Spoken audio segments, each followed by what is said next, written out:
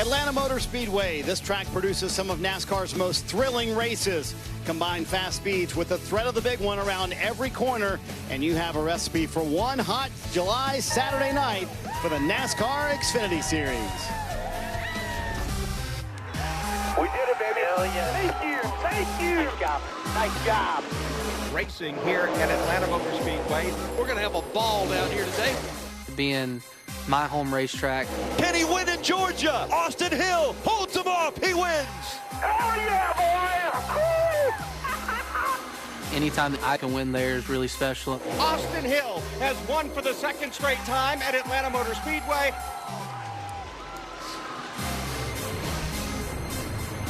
And welcome everyone to Countdown to Green as the NASCAR Xfinity Series rolls into Atlanta for one of the most unpredictable races of the year. High speeds, high risk, high reward, a lot on the line with just 10 races left in the regular season.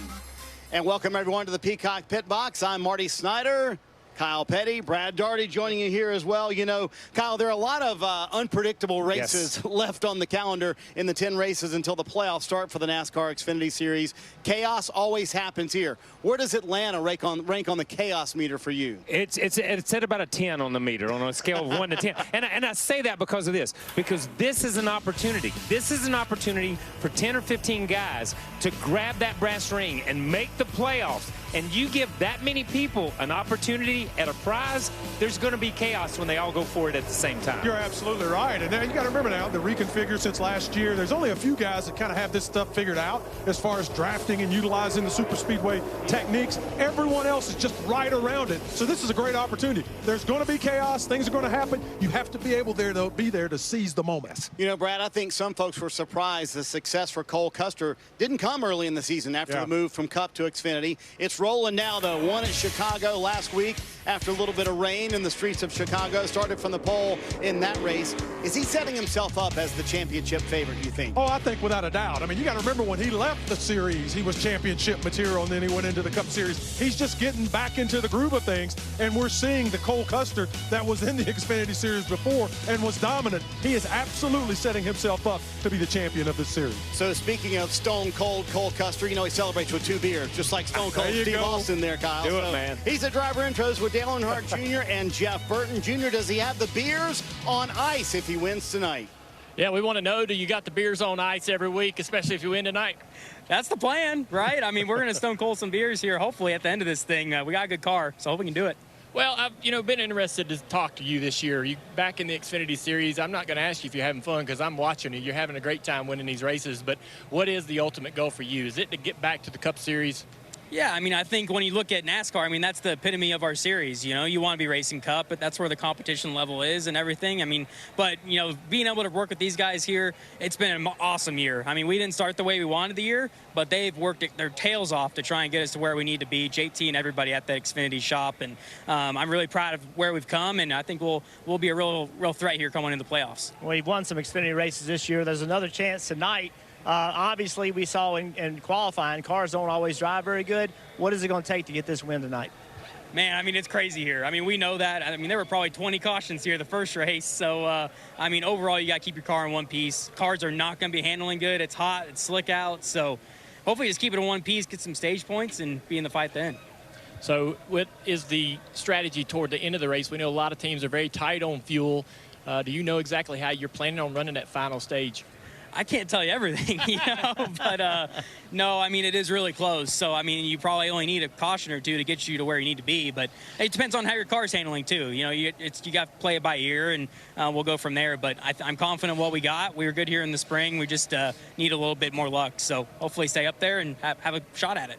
Marty, we always wondered in this series who would elevate themselves to be the championship favorite. Yeah. I think we're standing with him right now. Yeah, I think that's a great point, Junior. So, Kyle, what are the little lessons and little things you pick up when you move from Cup to Xfinity? Let me tell you something. When you got to go against a restart, against a Kevin Harvick and a Kyle Busch and guys like that, and you race with them for multiple years, you learn how to restart. You learn how to be cautiously aggressive and make moves. You mature. He is a lot more mature as a driver and understanding where he needs to be on the racetrack this go-round in the Xfinity Series than he was the first time. Yeah, absolutely. It's about experience. You go race with those guys, just like Kyle's talking about, and you learn that your little mistakes get exacerbated. You can't make them. So when you come back to this series, you have so much experience. You're super aggressive. It is a great opportunity to go out and get some wins and get some confidence. So when it comes to racing at Atlanta, since the track changed, only 2 drivers have finished top 10 in every race. Riley Herbst is one of those right now. Riley is with Kim Kuhn.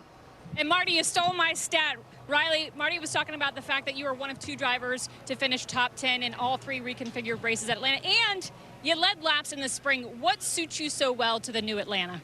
Just really fast race cars from Stewart-Haas Racing. I think you saw that at Nashville, and unfortunately last weekend we were absolutely awful. So hopefully we're out of Chicago now and back at Atlanta, and we can try to get that first win for myself and everybody on the Monster Energy team, and just start clicking off wins and being more consistent like we were in the beginning of the year. What do you think's been the difference? You mentioned the consistency at the beginning of the year, then it's been a little bit of a dip. What has changed and what needs to change? Well, a lot has changed with the crew chief. We have a new man in charge with Davin, and we're really excited about working with him. Obviously, we're sad to see Richard go, but he's on to the Cup side now, and Davin's brought us fast race cars at Nashville, and I think I just wasn't up to snuff last weekend at Chicago. So hopefully we can get back right on the same path at Nashville here at Atlanta with some good speed, and I think we qualified 6th, so that's decent spots to get some points in the first 2 stages, and then hopefully we can race them at the end like we did here in the spring. Marty, this team definitely building, as Riley mentioned, new crew chief pairing that happened in Nashville, and they're slowly getting the hang of each other. So, Kim, we mentioned 2 drivers have finished top 10 in all 3 races at Atlanta since the track changed. The other one, Austin Hill. No shocker there, right, Brad? Yes, so sir. Here are the stats, and here are the highlights from Austin Hill the past couple times here at Atlanta. Brad, if you were making a top 5 drafter list in the Xfinity Series, is there any question Austin Hill would be number 1 for you? No, absolutely number 1, and then you'd have to say when he's in there, Justin Haley, someone like that. But Hill, he has that innate ability. He absolutely keeps the momentum of that race car going forward at all times, just like our guy over here, Dale Earnhardt Jr., who's the best I've ever seen. And Kyle's got his work cut out for him tonight. They had a transmission issue in qualifying. He actually made it to the 2nd round and was going to qualify for the pole, but now he has to start at the back. How much harder does it make his job? It makes it a lot harder, and it makes it a different race than what he's won here in the past. I heard Ryan Blaney earlier say it's a narrow track. It's hard to move forward, and you've got to establish yourself early in the race that the other competitors know you're a guy that they're going to have to work with. They're not going to work with Austin Hill early because he's not up there. He's got to work his way from the back to the front and then take control of the race. The first 2 times he won here, had control of the race almost the whole race. Yeah, Dave Burns, it's going to be fun to watch Austin Hill tonight. Oh, yes, it is. I guess 2 questions for you. Is the car right? And then how do you do it from back there? I think it's right. I'm sure everybody at RCR and ECR have done a really good job getting our Bennett Chevrolet ready to go. And it's going to be tough coming from the back, but I think guys are going to be struggling a lot with the handle of their race cars tonight. They're going to be slipping and sliding, really fighting for that middle lane to top lane. And I'm hoping my teammate and I can really wrap the bottom and just drive up through the field. You know, in the past, I've had a really fast Chevrolet that can run all the lanes. It doesn't matter if it's bottom, middle, top. I can really run wherever I want. So hopefully we have that tonight, and it makes it pretty easy to get through the field and get some stage points maybe in stage 1. And, you know, once we get up front inside the top 10, then that's when our race is really going to get started and try to get to the lead and you know, control the race from there if we can.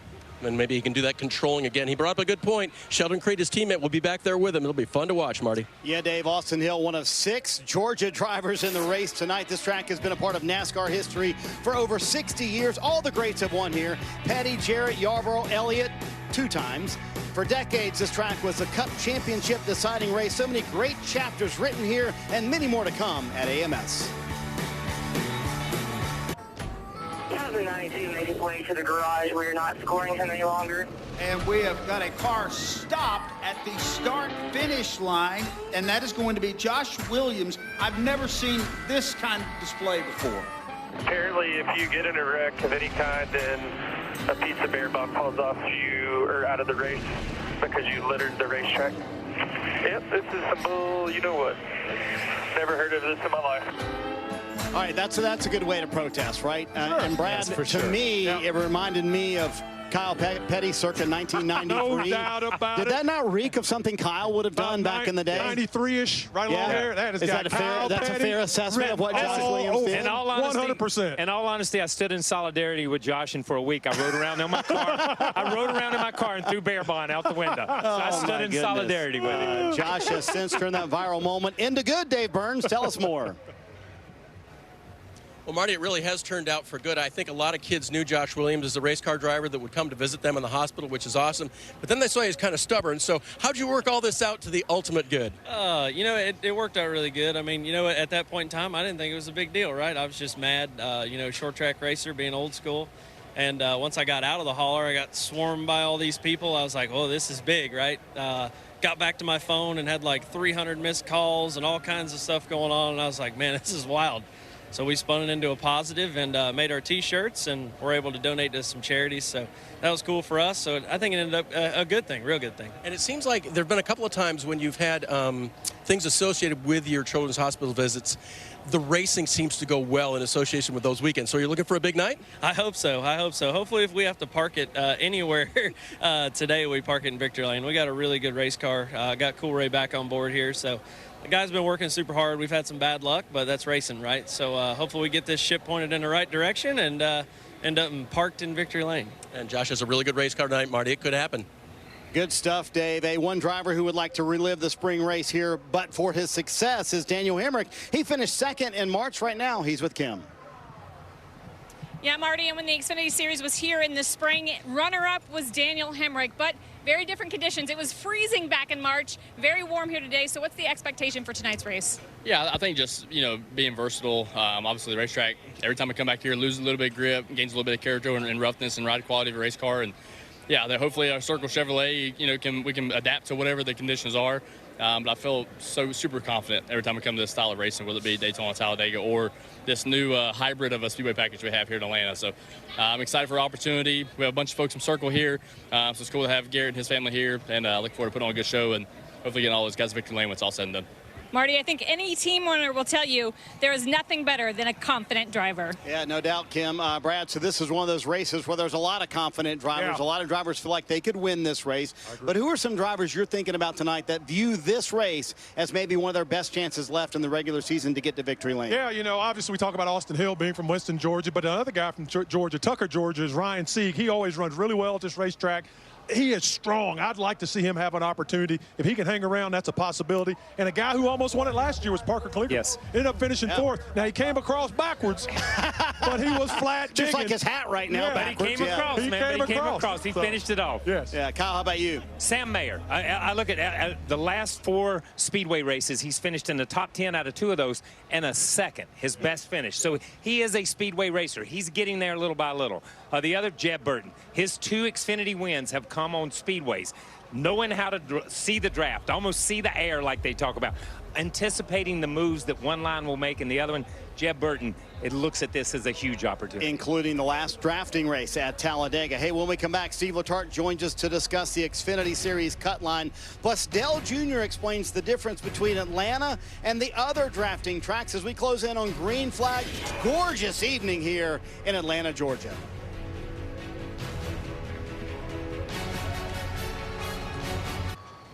You can find almost everything in the sports world right here in Atlanta. Of course, the host city for the Olympics in '96, plus the Falcons, Hawks, the Braves, and college football. Cannot go out without mentioning that. Names like Hank Aaron, Deion Sanders, and Dominique Wilkins have all played in the city.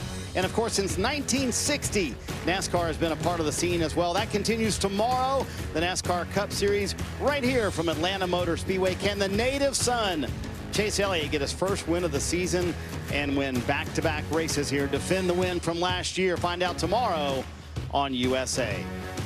Hey, Kyle's here. How's a NASCAR Xfinity Series playoff standing shape up? And that cut line's getting a little interesting, isn't it? That cut line's really interesting. And the guys that are below the cut line, when I look, and Brad Daugherty mentioned him, Parker Kligerman, he can win here. He can win here, and that changes that cut line. Brandon Jones can win as we move forward the next few races and change that cut line. That's why this is so critical for these guys to get as many points every race they run. And starting here tonight, These guys like Riley Herbst, Daniel Hemric, Sheldon Creed, they got to put a little bit more cushion between them and that cut line. Well, to break it all down, let's bring in our crew chief, Steve Letarte, for Trend Report. Steve, and let's chat about that cut line. Kyle mentions how close it's getting. And let's begin with Josh Berry. You know, that big announcement going to Stewart-Haas Racing next year to replace Kevin Harvick.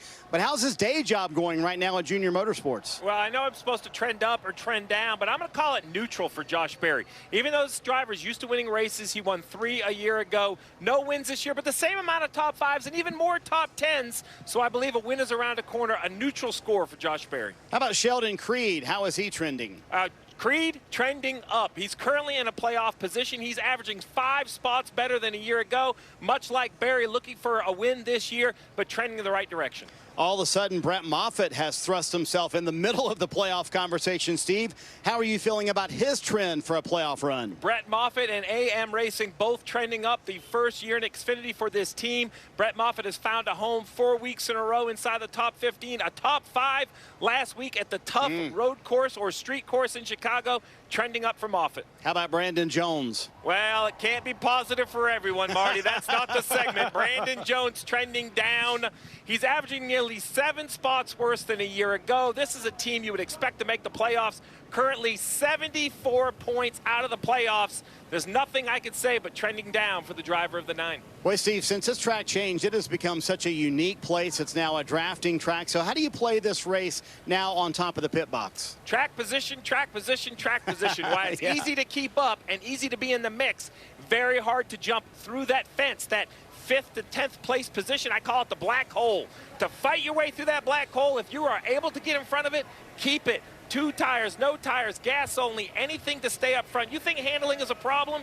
Try running at about 15th. So Junior and Jeff, want to bring you guys back in. You know, Junior, we lump Atlanta now into this drafting track category, but how is Atlanta different than Daytona and Talladega?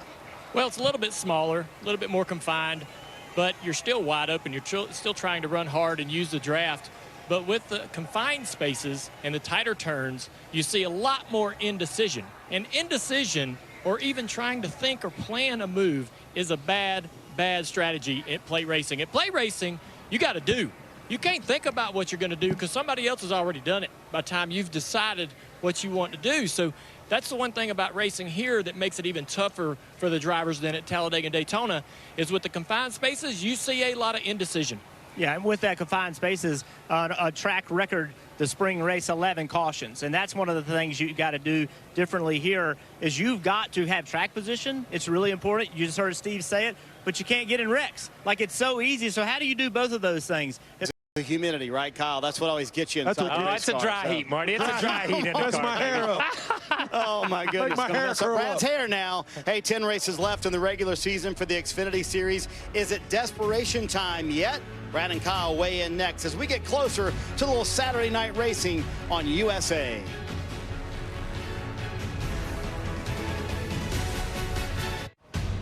Welcome back to Atlanta. The NASCAR Xfinity Series is ready to go for Saturday night. But, Brad, you know every race fan in Georgia is thinking about tomorrow night. Can their guy Chase Elliott get it done? Oh, Chase Elliott's got all his fans. He's going to get a whooping tomorrow night. He better be ready. These guys are hauling off down these corners almost 180 miles an hour. All right, Chase Elliott, you better buckle up, buttercup. And it's at night tomorrow night. So these fans in the stands, they'll be nice and cool. It'll be in the shade. That's going to be fun. They're going to be nice and cool, but let me tell you something. It's going to be hot on the racetrack. Yes, It's always hot on the race. That's why they call this place Hot Atlanta. When you turn on the lights here for a night race at Atlanta, it goes to a different place. I don't know what it is. The drivers go to a different place. Looks faster. Yeah. Sparks. Awesome. There's so many things going on the racetrack. So tomorrow night, let me tell you something. Chase Elliott's got his work cut out for him, but he can do it. Oh, he can. Yes, he can. 10 races left in the regular season, and Brad, this place is known for the chaos. So do you see some drivers getting desperate tonight, feeling like, hey, this might be my best shot? No doubt about it. I mean, you got the opportunity. Like I say, 3 races on this new configured racetrack, and we know Austin Hill has it figured out, but the problem is he's starting in the back. So that's even more of a chance for the guys around that cut line. You've got to be aggressive. You've got to attack, and on Monday morning, you text them and say, I'm sorry. Yeah. Kyle, some big names have not won this year in the Xfinity Series. Josh Berry comes to mind immediately. Yes. Do you see a first-time winner for the year tonight? You know what? I do. I really do, because I think the opportunity is, just like we said before, the opportunity is there for Parker Kligerman. The opportunity is there for Joshua. Yeah. There's so many guys that we could put in that category. Yeah, and I think there's a lot of people thinking that's going to be fun to watch Austin Hill come from the back tonight. Yes. Man's led 203 laps here. Everybody else in the field combined has been 295, so he's coming. And it's cooling down here in Atlanta as we get closer to the command. When we come back, time for tonight's pre-race ceremonies from AMS.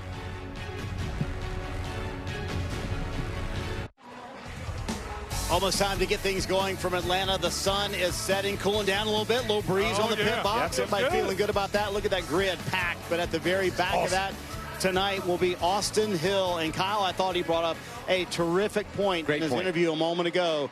He'll have his teammate Sheldon Creed back there with him. How important is that? Critical. Once we went to this type of racing, speedway type racing, it's all been about teammates. Remember the morning in Talladega when all the Chevy guys had a team meeting? Right. Teammates important. Yeah, I think it's a problem. I think he and Sheldon Creed are going to have a difficult time. I think they'll get to a certain point. Yes, sir. I think momentum is everything for him. I don't think they're going to have it. It's going to be a long night for that 21 and that 2. How about Cole Custer? He starts up front. He's got his teammate Riley Herbst right beside him. That could be difficult. They could block everybody out for the rest of the night. It is time for tonight's pre-race ceremonies, and what a scene. Sun setting here at AMS.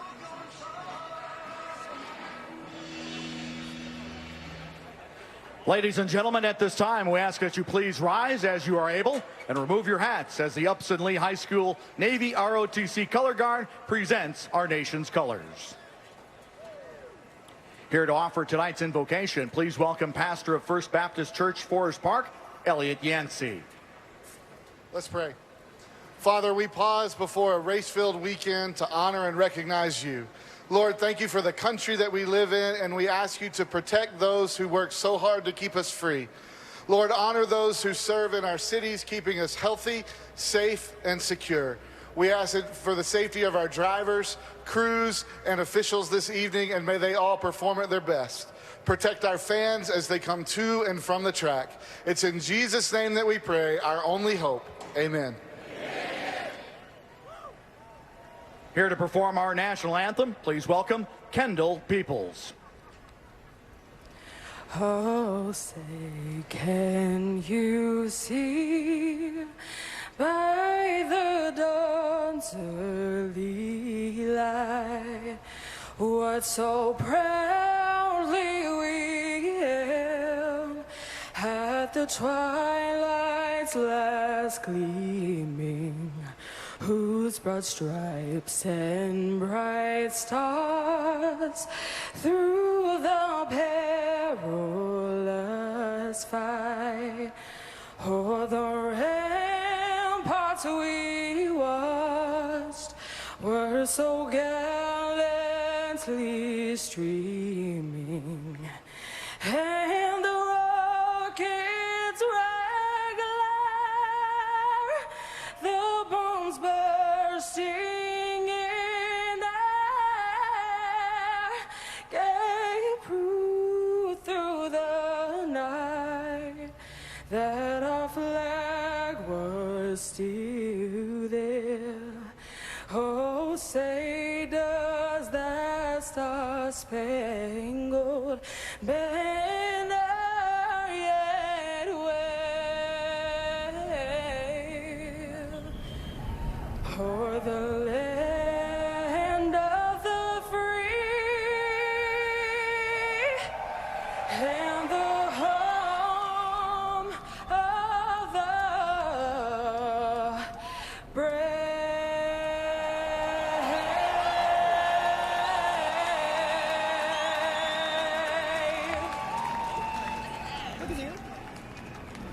Who's ready for a little Saturday night racing? On the other side, the command to crank the engines here from Atlanta Motor Speedway.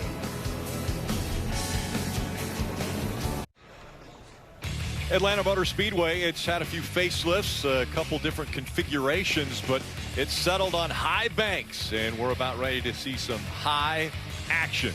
around these high banks. As we take a look at the playoff standings, this is the 17th race of the year, Steve.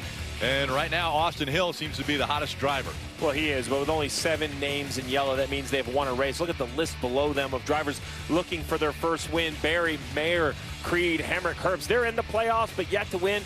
But names just below: Kligerman, Moffitt, Jones. This is a track that I believe they could go to victory lane and upset the entire standing. At the bottom of the list there, at least in yellow, you see the 18 of Sammy Smith. With more on Sammy, let's go to Kim. Well, Sammy Smith starts 3rd tonight, but in his 4 super speedway races, he's finished outside the top 15. So I asked crew chief Jeff Mendering what his young driver needs to break through at these style tracks. He told me Sammy is an aggressive driver, but he is still learning and trying to improve his ability to read what line is moving the pack. He said as soon as Sammy gets better at understanding which lane has the momentum, there is no reason he shouldn't finish in the top 10, Dave. Kim, his teammate John Hunter Nemechek starts just in front of him, and that could bode very well for the 2 teammates on this pack racing track. So for Nemechek, I don't look at the 2 wins for this season that really have him in the spotlight. It's the 2 non-wins, one at Daytona where he finished 2nd and led laps, and one here at Atlanta where he finished 8th and led laps. He knows how to do this style of racing. He can get it done again tonight. Marty. Well, Dave, Atlanta used to be one of Justin Allgaier's best racetracks, but after the reconfiguration, he will admit, I've not been good here. And rather than just saying, you know what, it's a one-off race, I'm not going to worry about it, they put a massive amount of work going into this race on trying to make things better. He said, number one, the car had to handle way better. I couldn't even touch the gas when we were here in March, so we worked on that for a long time. And he studied Austin Hill's film. Yes, his competitor's film. He rode on board with him, studied it for hours at a time. He said, I picked up little things, but I'm not going to learn everything that I need to know by watching someone else's film. The one thing I do have to apply tonight is I have to apply a patience to my game and make sure that we're in position late in the race. It's a beautiful evening here in Atlanta. Sun is setting and time to get the engines cranked for the NASCAR Xfinity Series. And now, race fans, here to say the most famous words in motorsports. Please welcome General Manager and Managing Partner for Screaming Eagle Ready Mix, Dwayne King.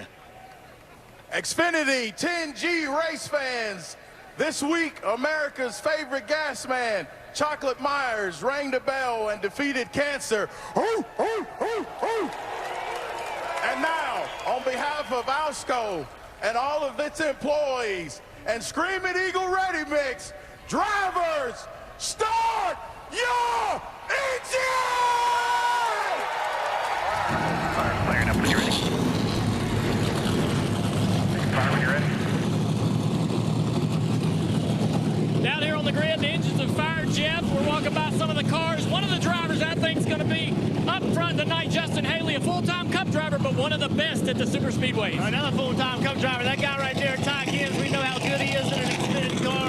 Do not count out Daniel Hemric. He was a runner-up finisher here in the spring. He needs to win bad. But every time we come to one of these racetracks, it's this 21, Austin Hill. He's going for 3 in a row. It's going to be an awesome race tonight because he's coming from the back, Jeff. Can't wait to watch him work his way through the pack. When we come back from the break, folks, we're going to have a green flag.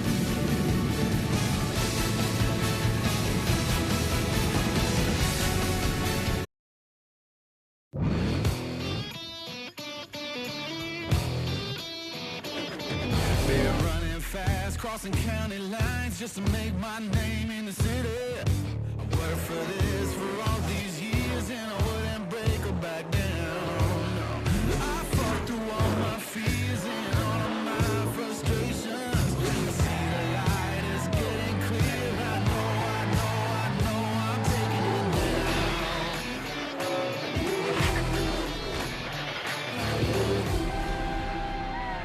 It's my time. I'm taking it now.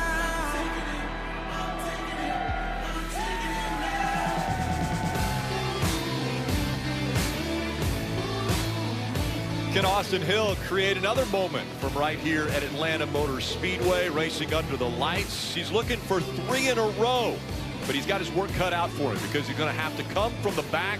They have made adjustments to that car after qualifying earlier today, so he has a field of cars in front of him if he wants to make the three-peat. 2 by 2 they go as we get ready for NASCAR Xfinity Series racing from Atlanta. It's the Alsco Uniforms 250.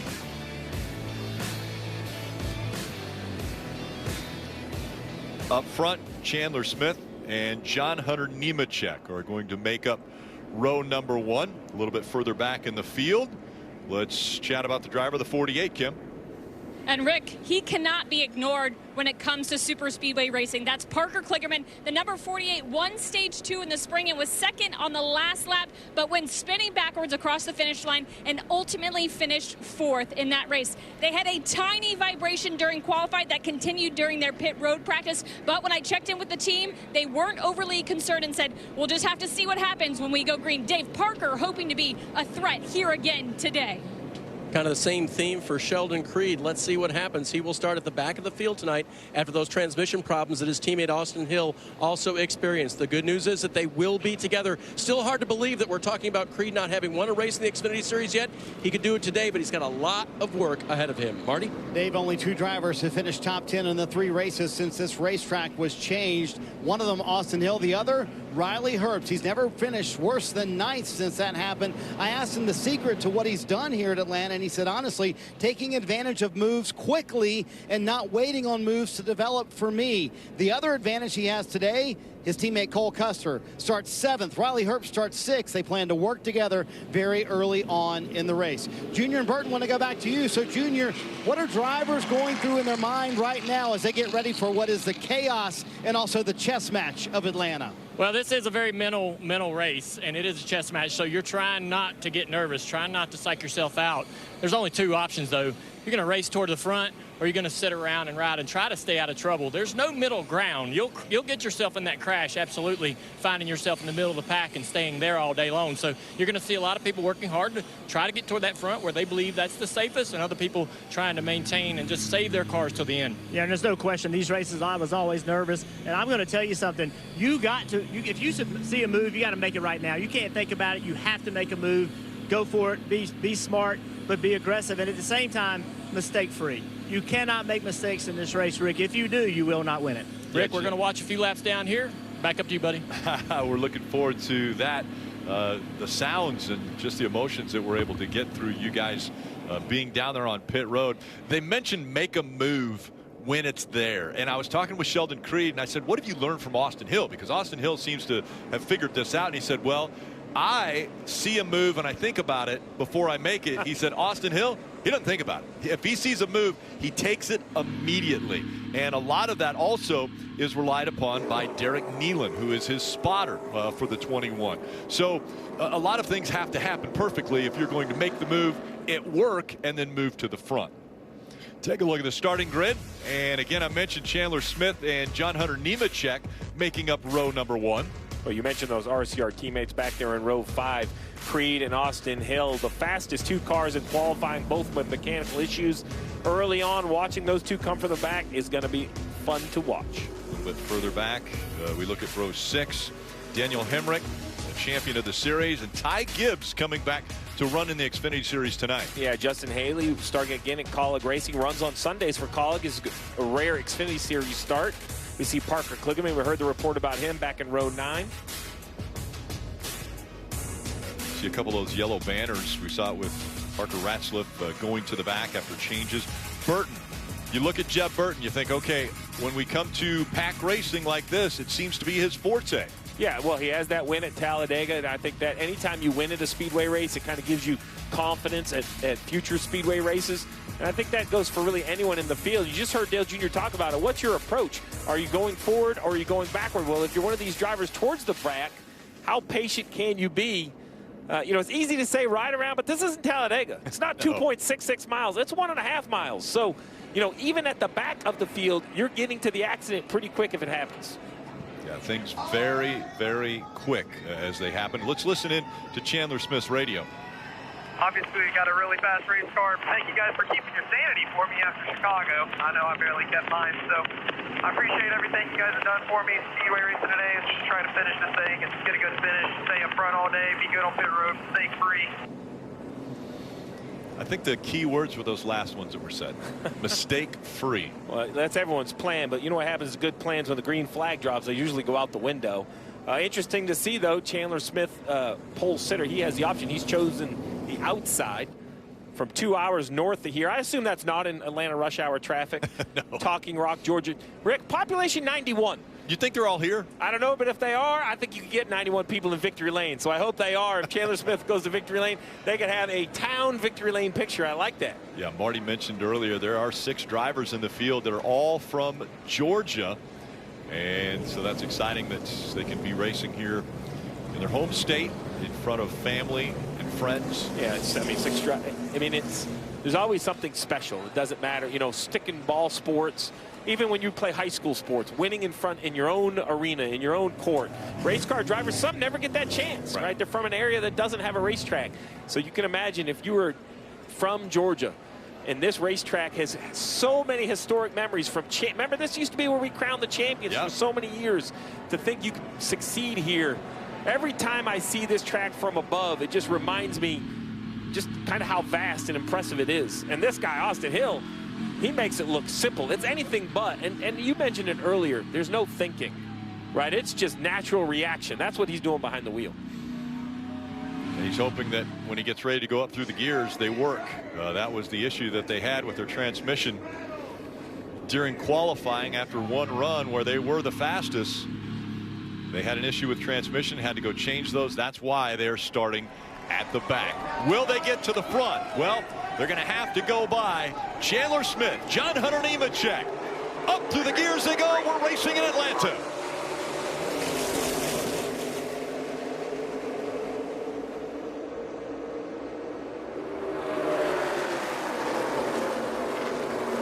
It's good organization on the outside. John Hunter Nemechek lost his partner. He's down there by himself down the back straightaway.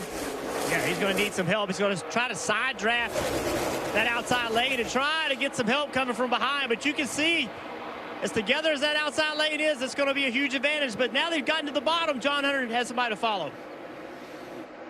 The 8 of Josh Berry decided he was going to move down and challenge for the lead early. Across the stripe, separated by about 1/100th of a second.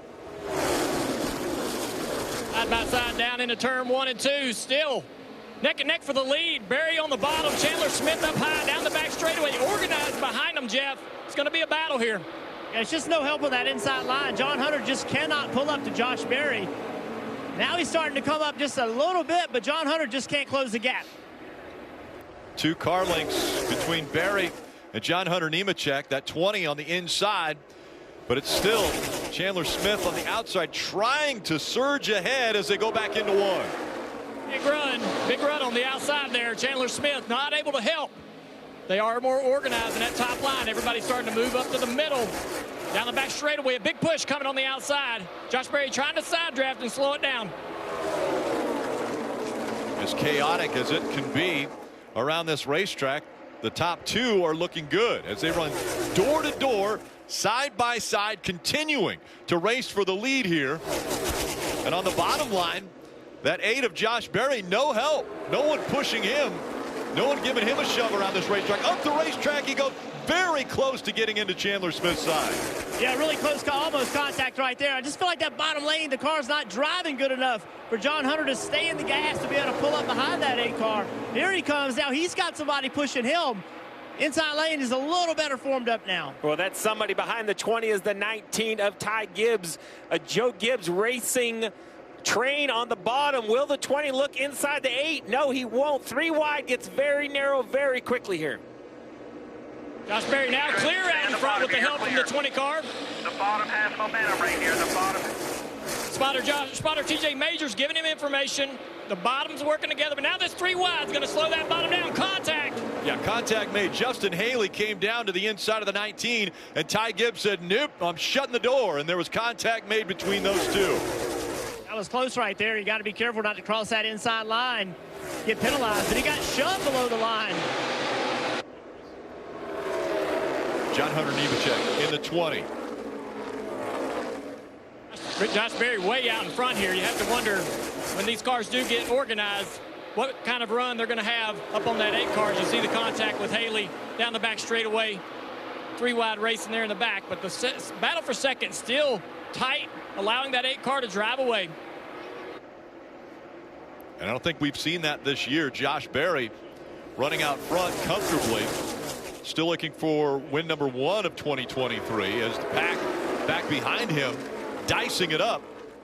Gibbs trying to help his teammate Nemechek clear for second. He does. Now the 20 is clear down the back straightaway. He'll get a run on the 8 car. Down to the inside. Look at the gap, but closing up between first and second. John Hunter right to the back. And that black car with the orange type nose, that was the 18 to Sammy Smith. He got take 3 wide. He got out of the gas. Now a contest for second as we see Chandler Smith back to the outside of the 20 and get a pretty good run on the leader. You can already see the difference between this racetrack and Daytona and Talladega. The gaps between the cars is greater. That's because the corner radius is tighter and the cars just don't drive as well. Fairly easy to run wide open at those 2 racetracks. This racetrack, it's more difficult. Top 2 separating themselves now as John Hunter Nemechek has fallen back 3 car lengths. Rick, the gaps are greater, but in my opinion, the runs come quicker. Jeff and Dale, while there seems to be a little more space, it seems like the movement fore aft and even side to side much more abrupt than Daytona. That's right. Here comes a big run. The 20 car, Justin Haley, driving up into 4th place there to the bottom of the racetrack, to the inside of John Hunter Nemechek for 3rd place. Side by side off of turn 2. The run's going to be on the outside. This will be a tough pass for Haley. Looks like they closed the door for Haley in the 10. And now he's got Riley Herbst in the 98 just outside of him, running almost up into that 3rd line. Haley falling back now as Herbst gets a little bit of a run, pushes Nemechek ahead. We'll see if he can use that momentum. Everybody's watching that move that Haley made, Jeff, to the inside. A lot of guys will be more timid to jump out of line now. Haley, what he tried to do is jump to the inside and then find a hole to pop up into, but there was no hole. See right here, a run to the bottom of the racetrack, but John Hunter's able to stay to his outside. Austin Hill already up to 14th after starting at the back of the pack while all of this chaos has happened in front of him. There's Brandon Jones in the 9 to his right. Looks like that 20 car, John Hunter Nemechek, just not comfortable right now. Smoke coming out there. Yeah, smoke coming out of the 07. We saw Maggio. Also smoke suicide. We'll see what's happening if it's tire rub. Oh, this gets so tight. You see it, the smoke in the corner does make it seem like a tire rub. And with him taking the bottom lane, any 2 wide contest just doesn't have a lot of real estate. Rubbing big again. Mason Maggio in the 07. Falling a lap down and trying to hang on to that car now, as it doesn't look like the smoke's coming out as much. Freight training down the backstretch here.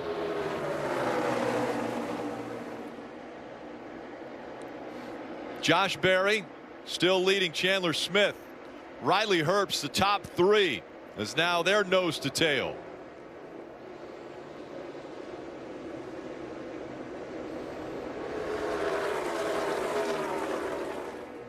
You see these 3 cars right here comfortably running 1, 2, 3 in the draft, and the 20 car, a little gap right there. Just seeing him go way up the track a few times in turn 3 and 4, and you wonder if the bounce of that car just not quite where John Hunter wants it. Giving himself a little bit of room to keep a little clean air on that car, keep that car a little more stable.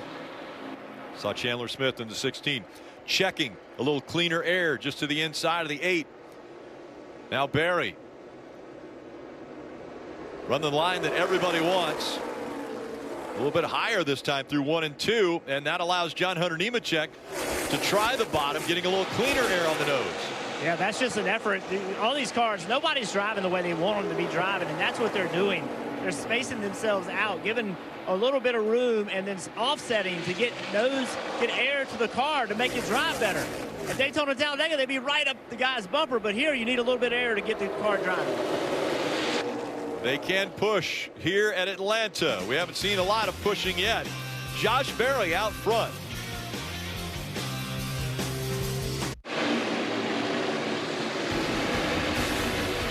Well, the action here in Atlanta is hot and heavy. Big battle for the lead. Also, Austin Hill flying from the back. It is loud down here, but it is so much fun being in the middle of the action. It really is, and I'm surprised by the race we're seeing. A little bit more space, as Steve mentioned, between the cars. We're watching a great pack right here race, but the leaders are able to drive away. It's pretty incredible. I wonder if the intensity will pick up. The pack racing will get a little more confined as we get later into the event. Well, one thing we know, that 21 car, he's down there on the bottom. Marty, Austin Hill is flying to the front. Yes, and if he pulls off this pass on Justin Allgaier, which it looks like he might, welcome to the top 10, Austin Hill from 32nd. Everyone talked about how his teammate, Sheldon Creed, would be back there to help him. He didn't need the help. Creed's in 18th. Hill is about to go into the top 10. He made a very interesting observation. He said, I'm noticing that I can wrap the bottom better than anyone else. Jeff, how demoralizing is it for the rest of the field when you know Austin Hill started last today, and here he is in the top 10, 21 laps in. Yeah, everybody in this field knew Austin Hill was going to be coming from the back, but I don't think anyone expected it this quickly. When you have a car that's that fast and drives that good, and it gets spread out like this, it's a major advantage because he can just plant that thing on the bottom and make lap time. He's going to continue coming to the front. He just has the fastest car, and on top of that, Junior is driving better than everybody else. It's been interesting, though, as he gets closer toward the front of a field, it's going to be harder to pass all of these cars. He's going to need a little bit of help. When he gets side by side, if somebody wants to side draft him, they can make it really difficult. But I believe he's going to get up there one way or another. So, Steve, we had talked a little bit about the transmission issues. They were fast in qualifying, but look what he's doing with the shifter. Yeah, you can just see he's uncomfortable. He can't really find out what gear it's in, and there he lets the clutch out in second gear. It really, something doesn't seem right. A crew member, Tim Latiga, gets in, and then some conversation between Creed and Austin Hill. And in the end, both RCR cars had to change transmission. There you see the brand new transmission coming over. It got up to the gears on the restart, or the initial start. We'll just have to see and keep an eye on it. Pace is not going to be in question. Talent is not really in question. He's won the last 2 races here. I love that look right there. I mean, he is working the wheel. It's amazing how little they have to turn it to actually make the corner, and then how much they fight it, giving the belts a little tug. As you go around, you actually get pushed into the banking. It's not that the belts loosen up, it's that you kind of get smaller. You get squished into the seat. Listen, wide open right there. One in front. Up front, stacking up, though. 8 of Josh Berry. Here it is, a 16 of Chandler Smith, rolling that bottom. He's going to get a run to the bottom. Let's see what Herbst does. That monster car, that black number 98. Who he chooses to go with could be the difference maker. Herbst chooses Berry. It's going to be tough for the 16. Yeah, stays right behind the 8s, and so Riley Herbst has chosen the 8 that he wants to help. Now, can he take second back over? Sure enough, Chandler Smith drops back. He's going to lose third even. John Hunter Nemechek goes by him. Now here comes Ty Gibbs in the 19. He's going to take the spot away. I think we're going to see this all night long with that high line. It's a better place to be early in the race. Somebody goes to the bottom. I'm not seeing anybody go down there to help them. They're seeing that as an opportunity to leapfrog that spot. As we just saw right there, a car capable of taking the lead, leading this race, dropping all the way back to 5th. John Hunter Nemechek up to the 3rd spot now, as Josh Berry has been out front 21 of the 26 laps run. Chandler Smith the other 5. But we just saw Chandler Smith start to drop back. He has stopped dropping back in the 5th position. Dave. So, Rick, it's really interesting. That move was maybe a little late by Chandler Smith. He radioed his team when he was one of 3 cars out front and with a big gap back to the 20 of Nemechek and the 19 of Gibbs. He said, hey, are we out on an island by ourselves? And they said, yes. Go ahead and learn something. Oh, and now Parker's around, guys. Parker Kligerman in the 48 spins. The caution comes out. Left rear looks flat. It looks like it was flat early. 4 tires. There's damage to the quarter panel that would kind of show up from a flat tire. You see it right there, already down, and you see the folded up behind it. At the speed of this spin, I would imagine this was a left rear tire. So Parker Kligerman straightens it out. He'll make his way onto pit road, but a wild ride for the 48. Left rear tire is down. Parker Kligerman goes around, and the caution comes out. All right, Junior, Jeff, guys, get back up here to the booth. They don't need your help on pit road.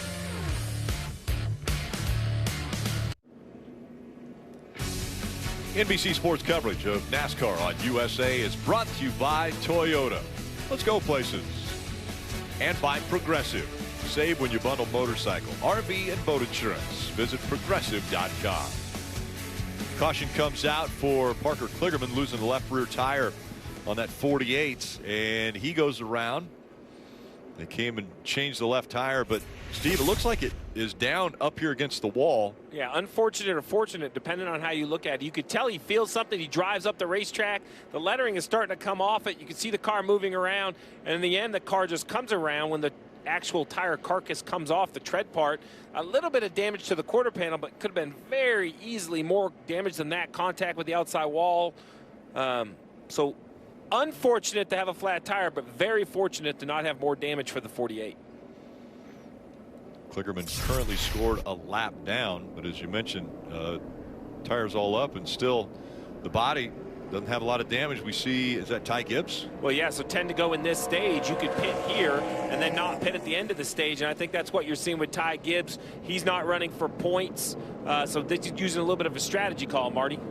Yeah, and I think that's the play here for Jason Ratcliffe. They don't really have anything at stake in terms of the points, so come in here and then get some tires and your fuel as well. Everyone talking about how free the car is in the middle of the corner, and especially on the bottom. That's what they're all dealing with. Track bar adjustment for them, Dave. Cole Custer gives up 7th position, Marty. He wanted a big adjustment too, especially at the beginning of the run. 2 free, so 4 Goodyear tires, Sunoco fuel, and a chassis adjustment. So at the beginning of that run, the car's a little bit more under it.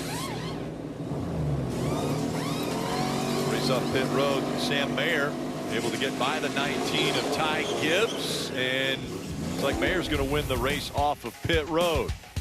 We'll have a restart, and it will be a sprint to the end of stage 1. Less than 9 to go here in stage 1. There you see Sam Mayer just a nose ahead. Ty Gibbs coming off pit road. NASCAR Fan Rewards is free to join. Earn points all season by doing what you're doing right now, watching races. Or you can answer trivia, playing fantasy, buying race tickets, and more. You save your points, trade them in for free tickets or autographed merchandise. There's plenty to get. Visit NASCAR.com/fan-rewards. Our aerial coverage tonight brought to you by Pods. Moving this summer, save up to 30% at pods.com today. Beautiful shot looking down at Atlanta Motor Speedway as the lights are on. Not only now coming off the pace car, but lights on around the racetrack. The choose as they go either to the inside or outside lanes. We get ready for the restart. Marty, it seems like Austin Hill has been working pretty hard behind the wheel. Yeah, it would seem like everything's perfect, right, Rick? 32nd is where they started. They're running 9th right now, but is there an issue? Listen in. But the stuff not working properly. Like my air is blowing, but all it's blowing is like whatever the heat is outside. It's not blowing anything cool. So I have air coming through, but it's like really, really hot air.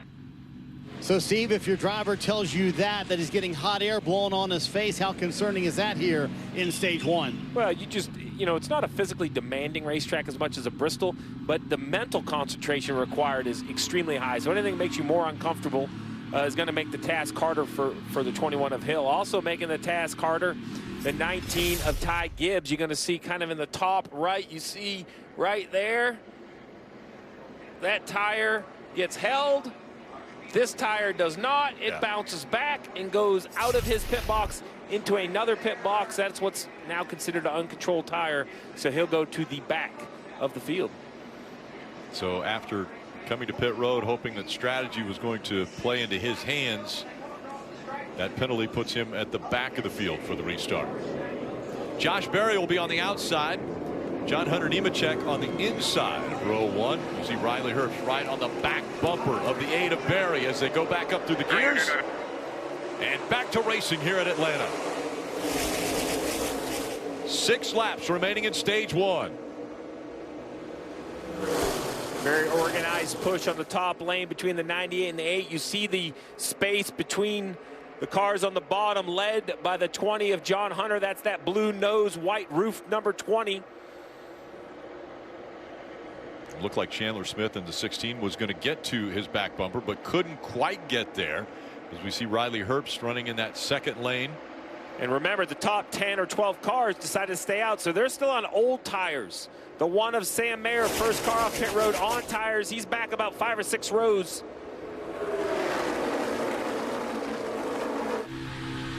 John Hunter Nemechek now trying to clear that 8 of Josh Berry. Not going to be able to do it as Berry surging back in front on the outside.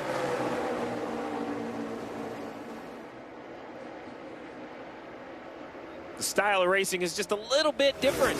Jeff mentioned it. Daytona, Talladega, you will literally see physical pushing. Here, there's a little bit bigger gap, but the help is still the same, and it's still drafting.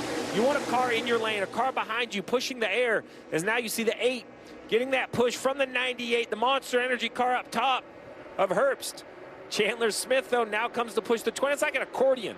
They keep moving back and forth. We see the 51 there of Jeremy Clements, that patriotic paint scheme. Also giving the 10 a shove of Justin Haley. And losing ground on the bottom, the 11 of Daniel Hemric. He's back to that bright yellow car of Brandon Jones. You'll be all right here. Under 3 to go. And now it comes down to, you know, what are you willing to do to try to win a stage? I know they're trying, but still kind of give and take. Only 2 wide. We haven't seen 3 wide. As now the 20 tries to shortcut a little bit, a low, shallow entry. Oh, and he slides up 3 wide in the middle. Drifts up, and so falling back is John Hunter Nemechek. That opens the door for Chandler Smith. He's now side by side with Riley Herbst. Josh Berry out in front. And 2 to go. That all came from that low, shallow entry. It hurt his corner entry. He had to put more wheel in it. The car just couldn't track in the corner, and he slid up to the middle. And if you could believe it, Austin Hill from dead last now is the 2nd car on the inside. That red, white, and blue 21 on board with him now, that Bennett transportation camera. On the back by 2, still even top. I mean, if he wins this stage, Rick, it would be a lot in 1 more lap. But even what he's done has got to just put shock through the field. Well, it's got to be demoralizing for this field that he starts in the back and already is inside the top 5. Final lap of stage 1. Josh Berry trying to finish it off. A dominant performance up to this point.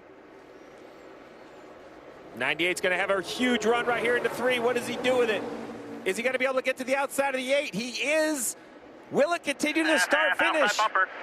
And look at the inside. He's got Smith. Berry gets enveloped as he comes to the line, and it's going to be Riley Herbst winning stage 1. And that move came all the way back off turn 2. He backed up to the nose of the car behind him, got that energy, but a great job of the driver of the 98 to be able to straighten that wheel and jump to the quarter panel of the 8, making the difference. First career stage win for Riley Herbst. So it was Herbst that makes the move to the outside. Chandler Smith was going to the inside. Josh Berry didn't know where to block. He ended up 2nd.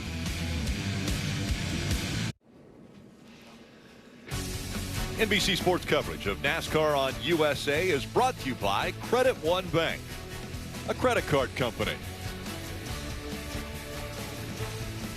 Under the lights here at Atlanta Motor Speedway, and I think the show was going to be, can Austin Hill make his way from the back to the front? Let's go to the Peacock pit box, bring in KP and Brad. Guys, did you think that Austin Hill could get in the top 5 in one stage?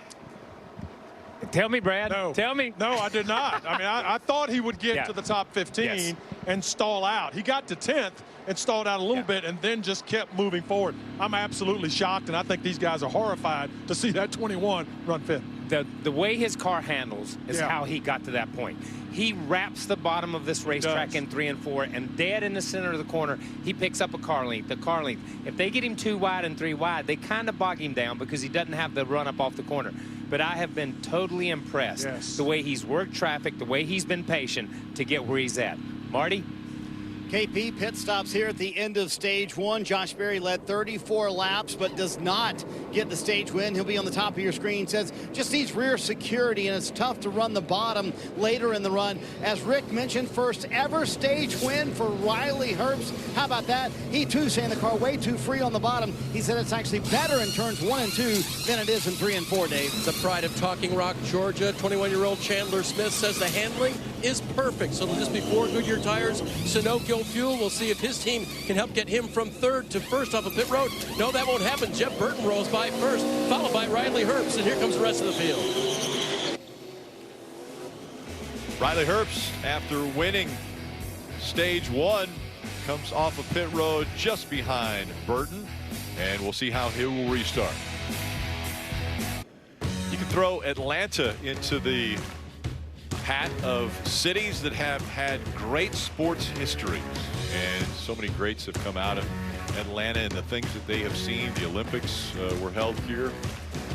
So many great teams and successes that have come from Atlanta, Georgia, and NASCAR has been here really since its inception. We're celebrating 75 years, and for 75 years there have been races here in the Atlanta area. Fans coming out to enjoy it tonight.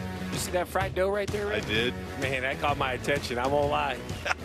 You perked up quite a bit when you saw that. Sat right up. Dave.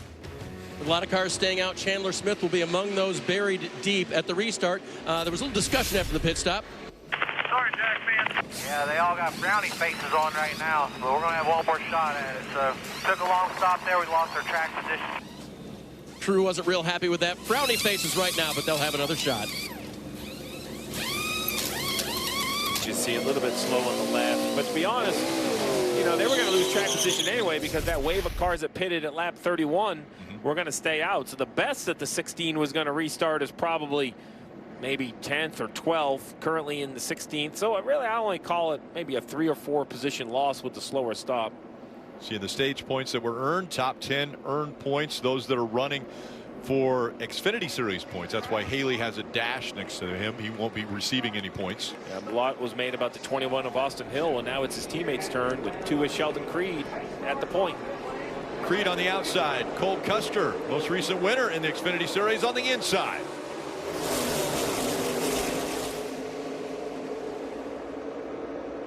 Be very careful as you see them fan out. Remember, the white and red line on the inside of the track is out of bounds. Like at Daytona, you cannot go below it to advance your position. Outside line working well together. Sam Mayer pushing Sheldon Creed. Ty Gibbs to the inside. Remember, they had an issue. Tire getting away from them, but he's been able to work his way up now into the top 6. You now have a new set of guys in the front. They don't have experience running in the front today. You see that big move right there by Ty Gibbs to make it 3 wide on the bottom. It looks way more aggressive right now than it did on the initial start also. Sheldon Creed fighting back on the outside. Cole Custer trying to hang on to that top spot. Sam Mayer drops back just a bit right to the bumper of the 18, and so Sammy Smith tries to give him a push.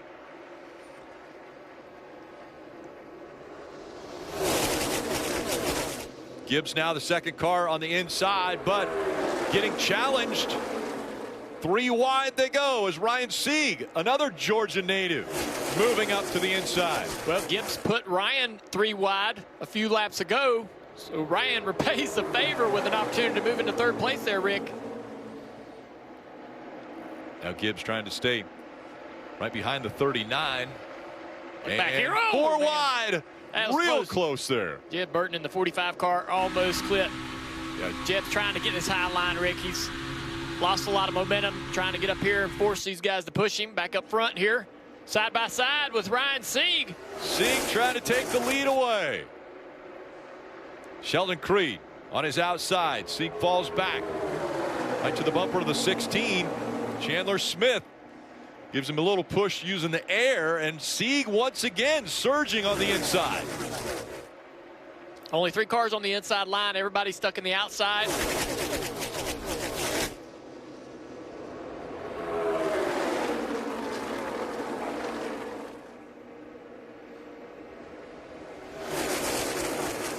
Ryan Sieg, the older of the 2 Sieg brothers running today. Kyle, his younger brother, 14 years younger. As now we see the 21. Here comes Austin Hill.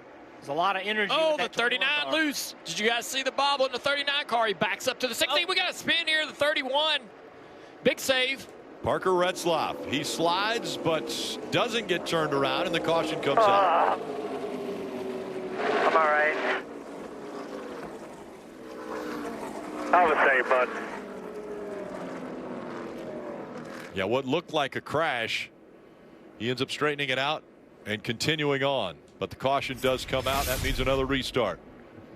So here's Jeffrey Earnhardt on the outside of Jeb Burton coming through turns 3 and 4. And Jeb is almost in a 4 wide situation here momentarily.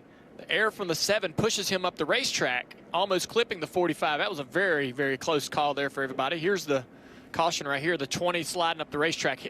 John Hunter in the 20 car has been struggling a little bit in my eyes the whole race, chasing this car around. And now that he's way back in traffic, guys, that's even more apparent as he gets up the racetrack into the 31. Well, we've seen it out of his teammate, right? Early on, the 18 of Sammy Smith lost some track position, and once he got to about 8th or 10th, he was completely out of the gas. John Hunter, to your point, Dale, had a chance in that clean air, right? But now that he's in the back, whatever he is fighting, I am sure it is much worse. And the 39 car we saw on the inside trying to pass for the lead, Ryan Sieg, he had a moment too just before the caution come out with that race car up in front in clean air, Steve. So these cars are a real handful for all these drivers.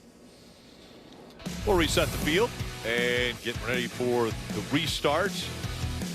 Hands full there for Parker Retzlaff in the 31.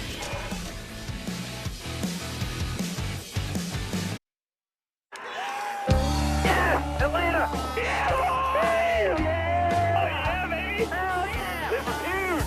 No rest for the wicked and a hard-working Georgia man. Chase Elliott will join his father as the only Georgia-born driver to win at Atlanta Motor Speedway. The thrill of victory for the hometown favorite, Chase Elliott. Can he do it again? It's racing in prime time tomorrow night right here on USA. Countdown to Green kicks us off at 6:30. And Cup Series racing at 7. NASCAR America Post Race Show on USA and Peacock.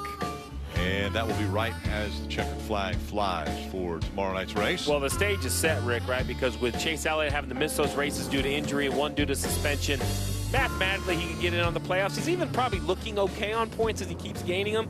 But the stage is set to be winning in your home state, advancing into the playoffs. It would be quite a storyline. Did it a year ago, wants to do it again as we're getting ready for the choose. How about Ryan Sieg in the 39? When we talk about a race like this being an opportunity for all these different drivers and teams, while we truly believe it, we think a little bit of attrition, a little bit of good luck, a little bit of something else. It's been anything but for the 39. It's just been a great driven race. I mean, he's methodically worked his way up, a couple aggressive moves, and here he is leading the likes of an RCR car in Creed, a Kaulig Racing car in Chandler Smith, a Stewart-Haas Racing car in Cole Custer, the other RCR car, and then a Joe Gibbs Racing pair. So impressive run for a small team. A small team, you mentioned. It's a family-owned team. Ryan Sieg Racing. His brother's now racing for him. But right here in Georgia, think about that story. I mean, we saw Chase Elliott win in front of the Georgia crowd. But think about a Georgia-owned team. Ryan Sieg, their shop is right here in Georgia. And so a great situation if Ryan Sieg can continue to be as aggressive as we've seen already to get the lead. Kim. And Steve mentioned the word opportunity. That's exactly what the team told me. They said this is an opportunity race to win and an opportunity to turn their season around. Should not surprise you to see him at the point. They ran in the top 10 in the spring, spent time at the front of the field, Dave. He said, I had to take a big breath after all that action at the front of the field, just a little more stability the next time they're in. Black and green 16 running a second in line on the bottom line there from 13th up to 3rd. And then Chandler Smith told his team, coming to you. Just kidding. He's so loose, Marty. Austin Hill, so impressive to watch, Dave. In the top 5, what does he think of the track tonight? Listen. Track's definitely way different than it was in the spring, and cars are just moving around a lot. It's really slick. Seems like you can get on top of the rubber, and you just feel like it just feels real greasy. Like you just don't feel like you have the confidence to move around like you could before. So, Jeff, are you seeing what Austin Hill is saying, that these cars are a little more hard to handle tonight here under the lights at Atlanta? Yeah, I don't think there's any doubt about it. That's why we're seeing the gap between cars. Got real aggressive on that restart, but there's no question handling is going to come into play. It has already. And, we talked about Ryan Sieg. I think he caught a little bit of a break right there. I thought he was in a little bit of trouble on the bottom. Caution came out, and now he's leading the race. Ryan Sieg and Creed making up row 1. Once again, door to door as they go up through the gears, and Creed getting a little bit of help on that inside from Chandler Smith. He is going to clear the outside line. Can he hold on to this lead? He's going to jump up in that outside line and block any run they're going to have. Smart move. Now we got 2 clear on the outside. Sieg to the inside. Back trying to get the lead from the 2. Ryan Sieg aggressively going to the bottom of the racetrack. Cole Custer on that high side. He's going to give Sheldon Creed a little push. That's the same move that Sieg made earlier. That caution came out. He ended up with the lead. Let's see how it works out for him this time. The bottom lane is formed up really nice, but the cars drive a little better in the outside lane.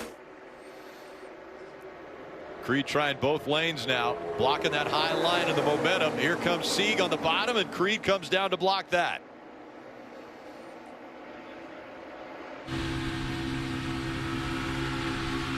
What a shot this is. Right on the roof of the 21 of Hill is the 2 blocks. The 00 of Cole Custer in the high line. Here comes the 39 at the bottom. Back to the battle for the lead. Ryan Sieg needs a little help down there, though, Rick. Yeah, Creed couldn't get down there to block that late surge that we saw out of Ryan Sieg, but Sieg doesn't have a lot of help there. Chandler Smith can't get up close enough to give him a push. Big side draft from that 2-car Creed. Right in the middle of the corner, turned down on the 39. Took his momentum away from him. Now he's waiting for a push from Custer. See on the left a mix of manufacturers, some Chevrolets, some Fords, some Toyotas, but no one seems to be able to work together. They're kind of offset, all in the wrong spot. Seems like every man for himself a little bit. But it stays door to door. As Sieg now surging a little bit ahead, had Chandler Smith give him a little bit of a push, but that outside line with the momentum. Here comes Creed once again. And again, the separation, about 1/10 of a second, less than 1/10 of a second between Creed and Ryan Sieg. Sieg out front again. Side draft coming on this 2-car off the 39 down the back straightaway. Almost clear. Good side drafting to counter it by the 39. And this 21 right here, Austin Hill, is right in the deck lid of the 00. Sometimes offset to the left. That has to make Cole Custer's car extremely uncomfortable entering the turns. Cole Custer, now he's all over the back bumper of that 2 of Creed. When somebody's right up behind you, you kind of want them either dead direct behind you or a little bit offset to the right. When they're on that left rear, it kind of moves your car around a little bit. But the 21 of Austin wants to see where he's going. Look at him. He's going to try to get, oh, the 8. Josh Berry gets loose right there in the middle.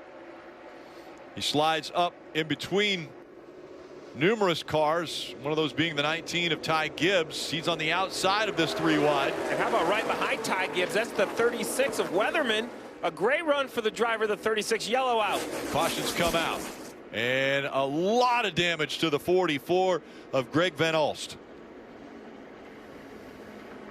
Greg won the ARCA race at Daytona earlier this year. Had a little bit of issue in qualifying, as now we see flames kind of burst out of the back of the car. He has definitely made some. If you do get out, you can. But you're going to have to take a ride to the. Yeah, it's contact with the fence. You can see the paint in the wheels. Looking like a contact on the left side there. Somebody has. Yeah. What is contact? Two tire marks right there. One on the front and the back. A lot of fluid coming out from underneath the car too now. Yeah, it looks like it's coming out from the back of the car. Yeah. That's odd. Be gas would be the only thing that would come out from the back, right? Well, it's got the rear end fluid, oil, the oil tank's back there. Yeah, okay. In front of the rear tire. Oil tank? Well, be honest, there's kind of fluid coming from everywhere. Yeah, now it is. I was thinking, Rick, if that's your rental car, it's been hit on every corner. It's You're not in trouble. Yeah. AMR safety crew immediately down there. Check on Greg. Yeah, it's going to be interesting to see how they don't seem to have a major panic about the fluid in the back. I know, whatever's coming out back there is a lot. It is. It continues to run.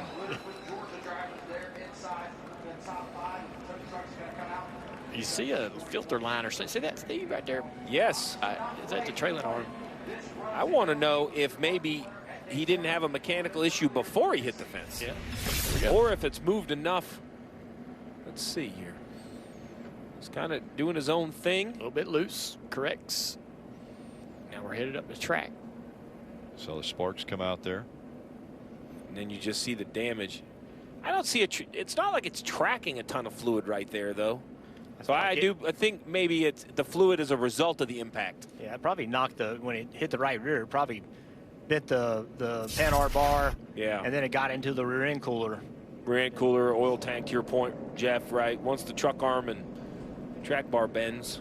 I've wrecked enough stuff to kind of know that. I was going to say, that was like some, definitely some CSI Miami type stuff. You were going piece by piece on the wreck. Yeah. Oh, wait, there's a front spring, though. If you ever want to know what a front spring looks like, you're getting ready to see it as it rolls out. Yeah. And there's a rubber bladder in that fuel cell, so it'd be very rare if there would be any fuel coming out. So the 44 has brought the caution out. The flames underneath for Greg Van Alst. I mentioned earlier the 75-year history of NASCAR has really had Atlanta right in the center of everything.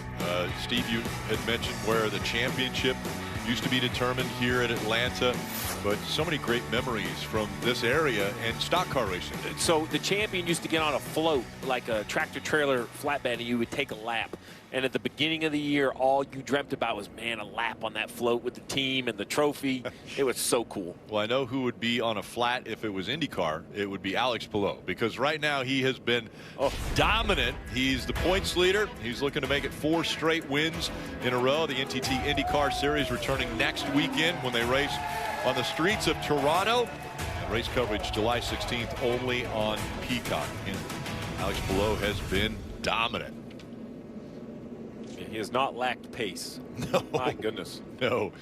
We are enjoying NASCAR Xfinity Series racing from here in Atlanta. The Alsco Uniforms 250 about to get back underway. There are only 14 laps remaining in stage 2.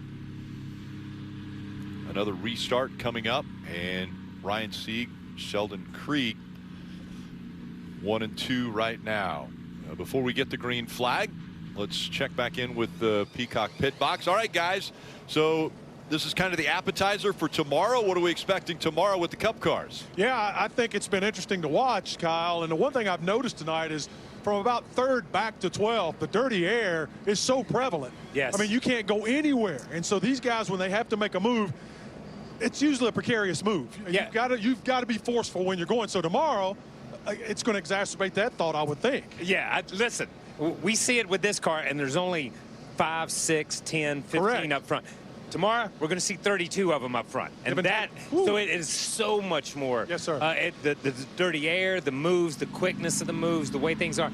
I am fascinated to watch these guys run 2 and 3 wide around this place. I drove this place many years ago. I thought you could only run single lane. Okay? So I will say that. So it has been really exciting. But I think tomorrow we're going to see a lot of the same things your car is going to have to handle to win this race tomorrow night. Yeah, I agree with you. And tonight, we'll keep watching this thing. It's going to be fun. I don't know where that winner's going to come from, but Rick, I think tomorrow is going to be even better. But right now, we got a great show. We do. And if qualifying is anything as far as an indicator of what tomorrow's going to be like, they had their hands full in qualifying. Single cars working around the track for the Cup Series. We saw how the 44 of Greg Van Alst had some damage to the car. Let's take another look here, and this time we'll see where some of that damage came from. See the blue car there getting loose, sparks flying, and now this is after he's lost control. It's hitting the door there, it's turned right into the outside wall. That is a tough angle to hit, and we saw the damage on the car. Jeff was kind enough to break it down piece by piece. Piece by piece. And it's always scary. You mentioned it, Rick. So the fuel cell, right, it's a metal can, a bladder within the can. I'm not going to say impossible. Rarely do we see fuel come out of one of these, but that doesn't. I mean, the rear end grease, you have an oil tank back there at the front. You have, obviously, the engine oil, power steering, so many different fluids that can catch fire and heavy, heavy damage. You see the pieces of the wall stuck in the wheel.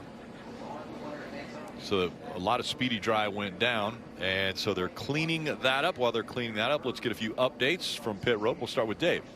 Running in 6th position, Rick, Justin Haley lurking in 6th there, the 24-year-old from Indiana. Now in his 3rd full-time year in the Cup Series, so he doesn't race Xfinity very often. This is his 4th start of the season, and one of the other starts was right here at Atlanta. He likes this type of racing. He will be running tomorrow in the main event. He'd like to get lots of experience laps today. He would like it to end up in victory lane, Marty. Dave, Justin Allgaier finally in the top 10. It's been a tough go tonight. What's going on? Listen to the radio. It is unbelievable how chaotic some of these drivers are. The problem is if I got a lift and outrun them over, then you either A, get run over behind, or B, you kill your momentum, and I don't have any suck-up ability to be able to catch anybody. So, Kim, that's the payoff that we talked about. They worked really hard on the handling. He said the handling in the 7 car is excellent, but he doesn't have that ability to pull up to cars right in front of him. Well, what a roller coaster of a day for Parker Kligerman. Early in the race, went a lap down after a tire went down. They put themselves in position for the free pass. They were also mired with some radio issues. They finally cleared those up. He's been able to work his way back up to the 14th position. Right now, Parker just saying he's loose, but also lacking front grip as the sun has gone down and the evening has taken hold of the speedway. Just goes to show you, though, unless you are in the garage, you are never out of the race at a super speedway. So we saw Parker Kligerman having a left rear tire go down, went around. They got that fixed. And it looks like a few cars might be making their way onto pit road. Headed your way, Marty. Yeah, kind of the same strategy move we saw at the end of stage 1, Rick. There's 12 laps to go here in stage 2. So Riley Herbst is going to come to pit road from the 11th position. Car has been really good, just a little too free on the bottom of the racetrack after winning stage 1, the first ever stage win for Riley Herbst. So going to come get their 4 Goodyear tires right here and see if the strategy play helps them out, Dave. Just talked about Justin Haley. He's going to pit here in the 10 car for 4 tires and fuel. Also pitting from 4th place is Chandler Smith. He talked to his crew. He said, I need just a little bit of adjustment unless this is our last pit stop. Then I need a little bit more, guys. 94 to go. I've heard 76, 77 maybe. With caution, some of these cars may not pit again. Well, it comes down to what you think the value of tires are. We hear a lot of drivers talk about handling. The cars with fresher tires do look like they can run the bottom and make ground. So I think all of these guys are thinking you can't run the final stage on a set of tires anyway. While they'll physically hold up, you'll be slipping and sliding so much, you know, they're going to stay out at the end of this next stage, knowing they can't make the end of the race on fuel, which can be scary. I have done that a couple times, and it really backfired. But they assume that we have seen a few cautions. There are so many cautions in the spring. I think it's a safe bet and a pretty sound bet for these drivers to say, hey, let's get halfway through that final stage. We'll get a yellow, and we'll put our final set on here, or on then, and we'll actually be cycled to the front. You know, the best way to stay out of the mess is stay in front of it. That's usually the theory, but we have seen some wrecks start at the front of these races. See the lights on. I had mentioned earlier how Ryan Sieg, a Georgia native, was up in front of the field. Well, actually, literally in front of the field. The pace car driver is Jason Brownlow, and he is from Gainesville, Georgia. So does that make it 7 drivers in the field now that are from Georgia? Because we had 6 race car drivers, and now the pace car driver is also from Georgia. Well, he's led the second most amount of laps. Josh Berry's at 34. Yeah. Pace car's at 28, working on 29. Yeah, a lot of laps already under caution. The choose rule in play. And so Sieg has chosen the outside line once again, as Sheldon Creed will be on the inside. And look at the when you look at that choose rule, I mean, look at that. You got Weatherman continuing that great run back there in row 5. Weatherman actually, Kyle drives, he's the sim driver for Hemric Motorsports. They have an Xfinity Series driver that kind of goes and runs through a lot of their stuff at the Chevy simulator. So good opportunity to work with a bigger organization.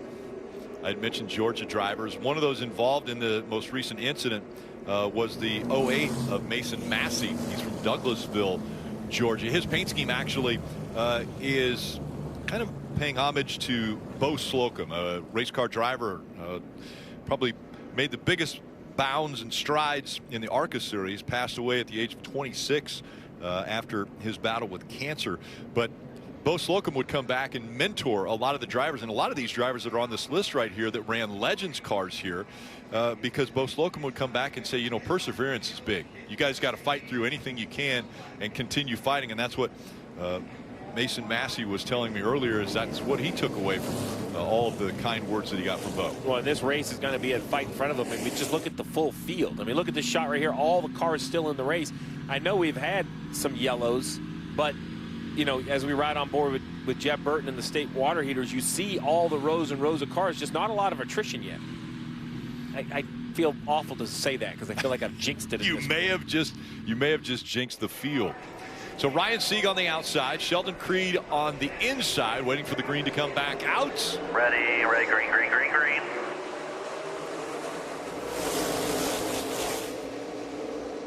Pretty good start there on the outside line. Two cars trying to do everything he can to slow him down because he doesn't have a whole lot of help. But here it comes, the 21 finally to the back bumper. And those are teammates on that inside line, Richard Childress Racing. And I have to believe that 21 is the car you want pushing you. Man, Ty Gibbs dancing around behind him on that inside line. Now these drivers, these Xfinity drivers, they're not allowed to lock bumpers at Daytona and Talladega, but they can here. But they don't, because of that, Junior, they don't have a whole lot of experience in doing that and do not know how to use it as well as the Cup guys do. Creed in the 2 goes to the top of the racetrack in front of Sieg. Leaves his teammate on the bottom to work by himself, and he's doing a pretty good job there holding these cars at bay. Sometimes when you're running all by yourself, you just squeeze up against the door of the car beside you, and it can kind of hold you in position. You won't gain, but you won't lose. And now through the corner, you get away, you drive around the bottom, you move forward. So watch Austin in this 21 car as we ride on board. It's hard to run that car on the outside tight through the tribal, but down the back straightaway, you can do that. Look at this car on the bottom of the racetrack, performing so well. He talked about this in the first stage, how well his car ran the bottom. The problem is he runs the bottom so well, the people behind him can't do it with him. So he drives away from his help.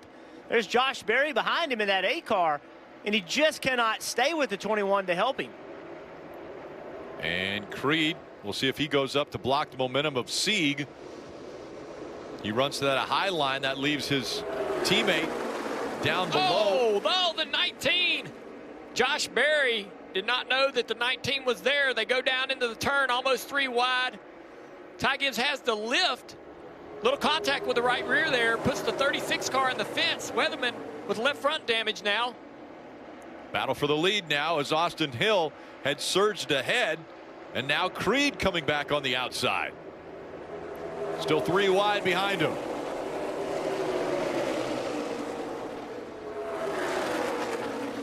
Patriotic paint schemes out of the 2 and 21. Richard Childress Racing leading the field here in Atlanta. Under 5 laps to go in stage 2. Walk together outside of you now. Your top of the 39, 1.5 to your help. Josh Berry making that inside line work now as he closes in on the 21. Make him find you. Make him find you, Ford. Spotter's so important in this style of racing, and one of the best at it is watching out for Austin Hill, Derek Nealand right now. Big push on that outside lane. It's amazing to me that 21 can run down there by himself that well, especially with a push down the back straightaway from the 39 to the 2. I'm impressed by anything that somebody does on the bottom because the outsides can just gang up on you. So for the 21 to be sitting there this long with no help, nobody behind him. Josh Berry's 4 cars back and fading. Everybody on the inside line struggling to, losing spots. Ryan Sieg trying to push that 2 of Creed ahead to get by the 21. They just can't do it. Yeah, you see right here, Josh Berry got a little bit lazy and left the bottom open for the 19. The 19 of Ty went to go for it. Josh came down. They made contact. And Ty was trying to avoid it. Unfortunately, the 36 of Weatherman was there and got some damage on that left front fender. The 19 also got damage on the right rear quarter panel. When you're part of your job when you're running these races, juniors, you got to be looking in that mirror. You cannot give the bottom up in that situation. Josh just wasn't as aggressive as he needed to be in that mirror. Marty. Well, the RCR cars started 37th and 32nd. Jeff, now they're battling for the win in stage 2. Austin Hill said, I have so much confidence on entry. That's why he's able to run that low line, trying to get second here away from Ryan Sieg. Sieg working that high line and trying to stay on the back bumper of the 2 of Creed. Now the 2 RCR cars surge ahead, 1 and 2. The final lap here of stage 2. And what a dominant performance out of the 2 and 21. Sheldon Creed is going to win the stage. He's got 3 stage wins, and they've all come this year. When I was talking to Sheldon earlier today, I said, when's the bad luck going to leave you and you're going to get to victory lane? He said, well, I'm going to have to stop making mistakes too. But, well, that's true. Mistake-free for Sheldon Creed in his win of stage 2 from here at Atlanta. Could tonight be his night? Could Sheldon Creed finally get his first Xfinity Series win?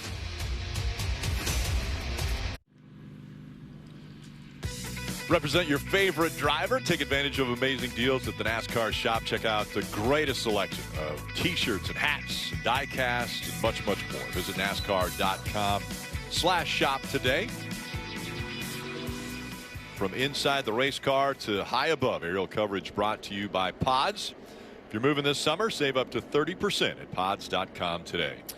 You see the entire field basically coming to pit road. So the ones that were just on pit road and put their tires on, I'm guessing here's just going to get a little splash of gas. So this is going to be a real jumbled up race off from pit road. But you see just how long pit road is when it's 45 miles per hour all the way around turns 3 and 4. Coming in front of their pit stalls now. Again, the RCR cars leading the charge down pit road. Kim. You see Ryan Sieg at the top there in the 39. He said, I just need a little bit more stability. They will make an air pressure adjustment on the 4 fresh Goodyears they're going to take. He also said, I just cannot keep up with them on the restart, Marty, as they continue service on Ryan Sieg. That was a great shot from the top of the roof of Austin Hill as he pulled into a stall. He said, I had 3 really big moments entering turn 3, way too free. I need to be tighter for the long run, Dave. Steve talked about the jumble on pit road. Sheldon Creed knew that he would not be the first off of pit road, even though he won the stage. He needed 4 tires. He needed 2 cans of fuel, and that is taking forever. He's going to lose tons of track position. Well, a couple guys who've got some great spots on pit road, Allgaier and Jeremy Clements.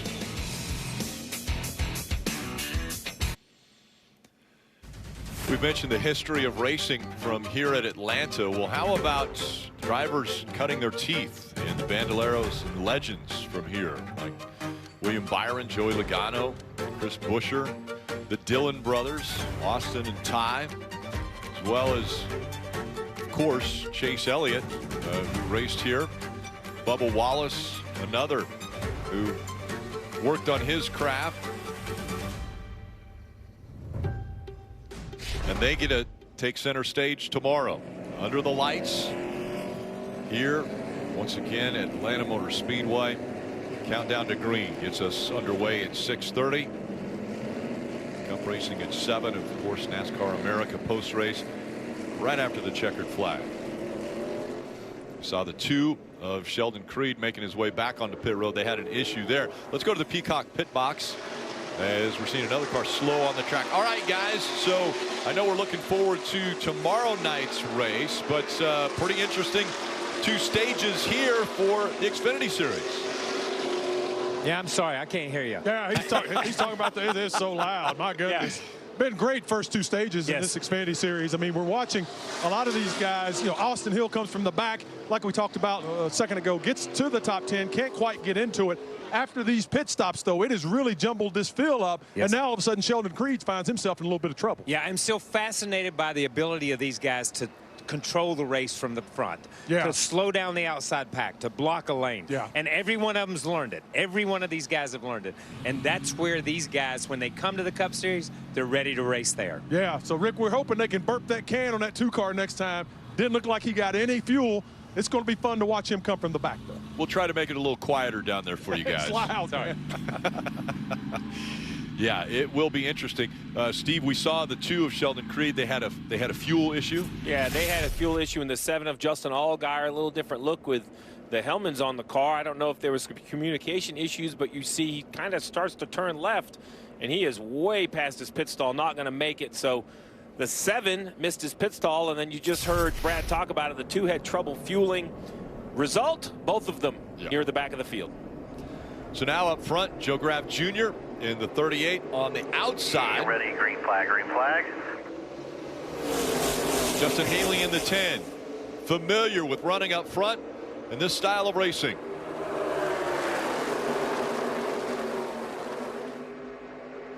Sam Mayer in the 1. That second car on the high line. Oh, we got a car on the fence there on the outside line. Looked like the 19 of Ty Gibbs might have got up a little high there. And 3 Kaulig cars are leading this race right now. Haley, Hemric, Chandler Smith. That is something we've seen from these guys. See the 19 of Gibbs falling further back. Yeah, he must have an issue with the 19 as he's dropping back quickly. Got a flat tire, Rick. Got a flat tire on the 19. That right rear quarter panel damage, I believe, it's the right front that's flat now, but I think he's had some issues with the right rear tire. Now the right front tire's flat after contact with the fence. All the way across again. Sparks coming out from underneath the right side of the 19. He's going to try to get down and on pit road, but a big wreck. Ryan Sieg is involved. The 1 of Sam Mayer sneaks through. The 78 also there. Anthony Alfredo. The 2 is in it. Sheldon Creed, we just heard he had to go to the back. Look at the damage to Ryan Sieg's 39.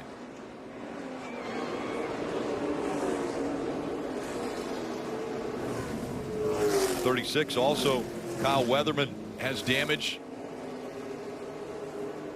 9 of Brandon Jones, left front damage. Sieg, heavy damage, 36. There's the 2. We just talked about it. The stage 2 winner has trouble fueling the car, goes to the back, and gets caught up in this mess. 3 wide. It's just much tighter here than it is at all the other tracks. Something happened in front. Looked like the 98 was having a problem. Yeah, Riley Herbst was way off pace and looked like he was getting sideways in front of him. We'll see that again. And Riley gets loose and lifts, and he's even looser. I wonder if he's got a left rear tire down. He does. He's got a left rear tire flat.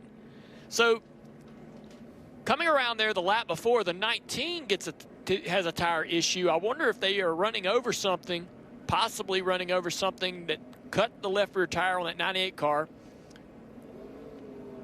And possibly the 19, as you mentioned. Yeah, so could be something on the racetrack up there. Maybe that come from the 19 car from the lap before. You see the left rear tire, though, is about to come apart. Yeah, and that just stacks them up. Maybe if they were 2 wide, they had a chance. But 3 wide, there was no chance. Pretty good contact for the 39. And then everyone else is just in wreck avoidance.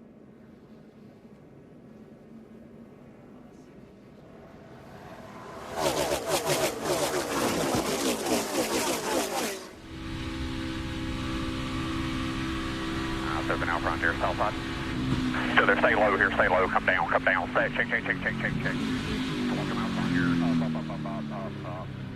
can stay down, just make your way through here. That's a good job, good patience. Sometimes it's hard to have that much patience to slow the car down. Yeah, it's just unfortunate for all of these cars. All started with a tire going down. They just all got stacked up. You can't see through the cars. If somebody has a problem, you can't see 2 rows in front, and everybody just like going down the interstate. Something happens, and 5 cars back is where the wreck happens. Yeah, the crew got looking at Ryan Sieg's damage. Hugely disappointing. They had a legitimate shot to win this race. That car had enough speed. He was doing a great job with it. You see the crew members coming up to him, letting him know, appreciative of what you did out on the racetrack prior to that happening, and listening to the radio from Ryan Sieg before he climbed out. We got pressure. Got Left rear flat, idiot. Golly. Son of a... Yeah, we got pressure for us. Well, that wasn't Morse code, but it probably came out that way. No, it was Morse code. I'm really upset. Yeah. Got in a wreck. Yeah, unfortunate for. No, I mean, it is. You guys said it, right? I mean, he's had some good runs, but this is a race that he drove up and took the lead from. So he has to be thinking, what could have been? They've been running really good this year. They struggled for a few years, but the switch to Fords, I think, helped this team because there are not a lot of Ford teams out there, and they're getting a lot more focus and support. And they've teamed up in some areas with some Cup affiliated race teams, having some drivers out there in their cars running the full-time Cup schedule. So just a nasty crash on the back straightaway, and that's what we get when we have, you know, issues on the super speedways. 10 cars are involved. Ryan Sieg, one of them. He was up front for a few laps here today.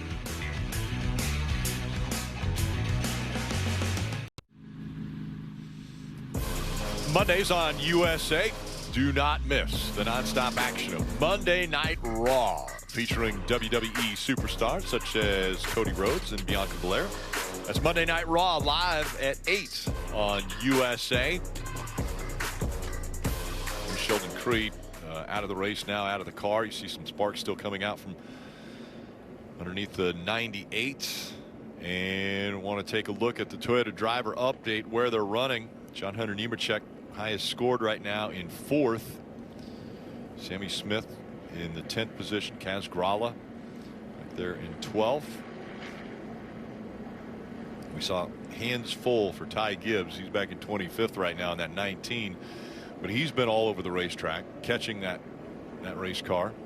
And it's going to be a very interesting finish to this race, right? The drivers that won both stage 1 and stage 2, both involved in the accident now with Herbst and Creed. Sheldon Creed just had won stage 2, had that fueling issue, lost his track position because of it, and then gets caught up in a wreck. And then that's kind of that, you know, old saying where you kind of make your own luck. There's an example of it, right? It's a small mistake, which everybody makes, but once you give up that track position, you get caught up in something else. Marty? Josh Berry pits from 9th here, Steve. And you also see his teammate Justin Allgaier coming down pit road as well. Allgaier got a little bit of damage in that wreck, not too bad, so they're going to come in and address some of that, but fuel only there for the 8, so can definitely make it all the way from here to the very end of the race. Yeah, so fuel window's about 75 to 77 laps. This final stage was 83. It was about 81 when they took the green. So all the crew chiefs I talked to thought that they could get there with a little bit of help from yellows and saving some gas. But obviously, that was before the race. With whatever fuel numbers the 8's seeing, they didn't think they had quite enough fuel in, so they came in and just topped it off. Dave. Hey guys, the top 3 cars, they have something in common. They are all teammates. That's Justin Haley, Daniel Hemric, and Chandler Smith. So we've seen this movie before. They run well together. They often sort of decide who's going to win the next time if one wins. And so I asked team president Chris Rice, kind of jokingly, well, whose turn is it? And he said, well, duh, the 11. Obviously, Daniel Hemric has not won this year. Chandler Smith behind him has. And Justin Haley is not eligible for the Xfinity Series playoffs, even though he leads. So let's see how they work together, Marty, as they try to get a victory for one of the 3, maybe for Hemric. Dave Austin Hill back up to the 6th position. And if you notice him run tonight, has been an interesting theme because he always seems to be by himself on the bottom of the racetrack. In fact, he told Andy Street a moment ago, his crew chief, if I can just get a little bit of help, anybody who wants to work with me on the bottom, we can be up front, no problem. But Kim, the problem is I'm not sure anybody in the field wants to push that 21 any further forward. They know he's the car to beat. Well, for Brett Moffitt running in the 8th position, I talked to him earlier in the day, and he said with the strength and the speed they had in the spring race here where they finished 6th, they feel like they legitimately have a shot at getting the first win in the Xfinity Series for this small team. On top of that, they're using the momentum they found last week in Chicago with a 4th place finish. It was the first top 5 finish for this small race team in the Xfinity Series, and they are looking for all of the opportunity here tonight. It is an opportunity, and that's one of the things that some of the teams take advantage of. Yeah, and that small team, AM Racing, they have run in the trucks before. It's a team that we've seen truck racing a bunch, but this has been a good fit for AM Racing and Brett Moffett. Remember, Brett had some good rides last year, kind of come and go, and never really found that home through the course of the year. And this has been a real good match. They've been very patient with one another. And if you kind of look at their year, it's been tracking up. While it may seem slow from the outside, from the inside, I think when I talk to Brett, he knows how tough this field is, how deep the Xfinity Series field is. Consistent runs back-to-back, as Kim just pointed out, and then, you know, a nice top 5 at the street course. I mentioned it in qualifying, that this is a driver that may not have the most speed here tonight, but he kind of has that blue-collar tenacity that it might take to get to the finish. Look at this. All Kaulig Racing cars went to the high line. They'll be nose to tail. They have been very committed to getting a Kaulig car to win, as Dave reported, and it's amazing how loyal they are to each other. We've seen them win races, we've seen them do this, and all 3 of them picked the top. Let's check in with Peacock Bitbox. All right, here's the race recap so far. Green flag, they dropped the green flag, and instantly we go back and we watch Austin Hill drive from the back up into the top 10 or 15 within the first 10 or 15 laps of the race. His car was right on the bottom, wrapping turns 3 and 4, wrapping turns 1 and 2. Yeah, he's done a great job of being on the bottom of the racetrack. We saw Parker Klickerman, who had a good start. That left rear tire goes down, he spins it, goes a lap down, gets his lap back, but it set off a chain of events with a lot of left tires going flat. Yeah, and a great ending to stage 1. We saw the 10 car push the 98 car of Herbst to win stage 1. Yeah, and you see right here, John Hunter, you see these guys are racing down in the corner, and Retzlaff just is in the wrong place, wrong time, gets knocked up the racetrack, no harm, no foul. Yeah, right here, this was the 44 car, had trouble, got loose, spun a little bit. The 08 got into his right front, I guess, drove him up into the outside wall, tore those cars all to pieces. Yeah, a lot of fluids came out of that race car. And you see Sheldon Creed here just racing really hard, gets in front of his teammate, comes across, wins the stage. But yes, the big one. And here's what happened. The 98 car of Herbst has a flat tire, just stacks up that outside lane, and that's it. Green flag coming back out now as we are underway with this final stage. 67 laps remaining. John Hunter Nemechek on the inside, on the outside, working that high line. Kaulig cars, first, second, and third on that outside line, being led by the 10 of Justin Haley. Daniel Hemric in the 11, right on his back bumper. Big push from the 21 there in the back of Nemechek. Have they got this 20 car? Nemechek's more comfortable to where he can handle that kind of a push. He's going to get a few here from the 21. We know that Austin Hill has a strong race car. He'll try to push that 20 as much as he can, as long as it stays underneath John Hunter. Chandler Smith in the 16, giving a shove to the 11 of Daniel Hemric as we ride along with Austin Hill.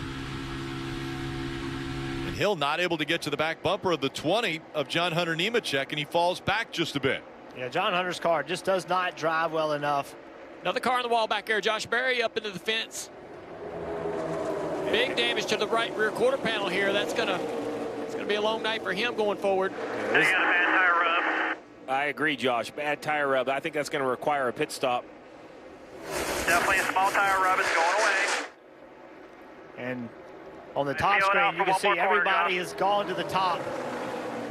That 20 car on the bottom. Here comes Hill. He's trying to make the bottom work. Yeah, man, we're not out of it, man. Chandler Smith goes down to try to block.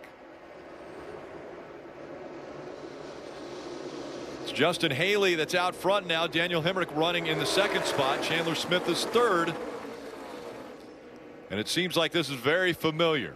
Kaulig Racing working together up front in pack racing style. Another thing we're seeing is the cars spreading back out like they did in the first stage. We had a lot of pack racing side by side, hard battling through stage 2. But it looks like now handling is again an issue. We heard drivers say the cars are getting looser as the race goes on. And you see Austin Hill, he keeps trying to make the bottom work, but if nobody's going to go with him, every time he makes a move, he loses spots. And that's going to be the determining factor whether he can win or not. Can he get a run at the right time and then make the move and then find a hole to get in? Otherwise, he keeps trying to make moves and it doesn't work, and he falls further to the back. Cautions just come out. And a lot of damage for Kyle Weatherman. Yes. The right side of that car is destroyed. Kyle's been right involved front blew out. in a few accidents. Pretty hard. Fluid. You heard it on the radio. He's saying that the right front let go. Sounds like that's the spotter describing it to the team at times. When you're on pit road and you just know your driver's out of the race, you're as confused as anyone trying to put together what happened. You see a little fire. I would say that is where that right front suspension ended up into the engine compartment. And so the 7th caution has come out here tonight. There's Kyle walking back to one of the safety vehicles. He'll go to the infield care center, get checked out. We had showed Josh Berry make a little wall contact, and I had mentioned I thought the tire rub was severe. They wrote it out. You know, it's a good decision because now they have a yellow. They hadn't pitted yet, so. And involved in the previous caution, one of the best cars on the track tonight, Georgia native Ryan Sieg is with Marty. Yeah, Rick, it's gotten busy here in the last few minutes. So, Ryan, we saw the 98 had the flat tire. How did that kind of develop in front of you? And were you thinking, this might be my night? For sure. When we were in the lead, Sheldon and I raced hard, and we did all the right things, just in the wrong circumstances. Just somebody didn't hold their line right there and just right reared us. But we brought a really, really fast CMR roofing Ford, and just sucks to be on this side of it, especially as good as we run at these type tracks. We did everything right. Just sucks to be over here. It's like, damn, when's it going to be my time? But we've been fast all 4 of these races. Just awesome to be here at home, just in the front. You know what I mean? I was having a blast up front and trying to do all I could do, and we did the right pit calls. Just sucks to be on this side of it, but it is what it is. And we brought a car almost as fast as Xfinity's Internet, and we'll move on to New Hampshire and just try to capitalize. But now we had fun. It's a lot of fun racing here, especially at home, but just tough. Rick, you can hear the frustration. Now 9 races left for Ryan Sieg to make the 2023 playoffs. Yeah. The countdown already. Josh Berry, we had mentioned he looked to be struggling up against the wall, and here's another look at how that happened. It's like it got a little bit loose. Up to the wall he went. Yeah, in that angle, we thought it was heavy damage. Now it looks like a great save. It could have been much worse.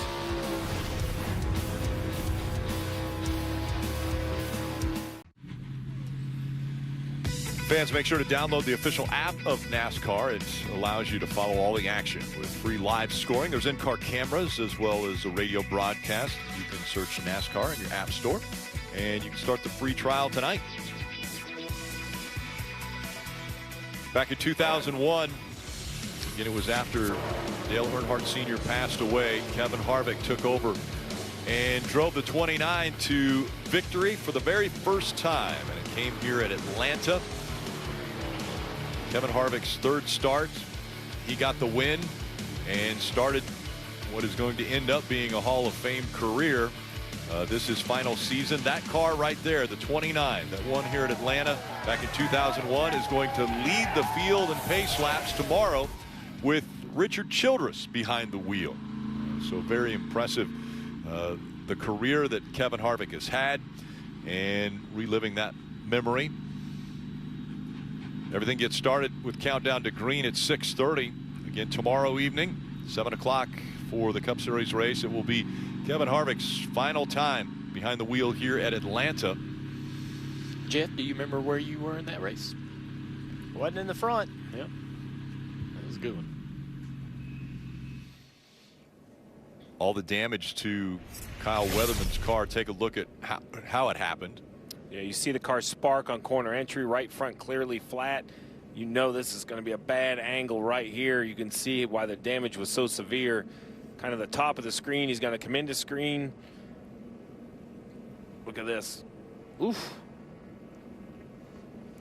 By the damage, it looked a lot harder than that. Yeah. I think he was, having the flat early, recognizing it as he turns into the corner, kind of took some of the, how aggressive the angle could have been on impact out. So that was kind of good to see, because when we see this car laid up against the inside pit wall, it looked like a tremendous hit. He's unbuckling the winning it there. Riley Herbst also involved in an incident earlier, and Marty's caught up with him. Yeah, Rick, what an up and down night for Riley Herbst. First career stage win. That's the good part. The bad part was the flat left rear that caused that accident a moment ago. Where did the flat come from, Riley? Yeah, I don't know, Marty.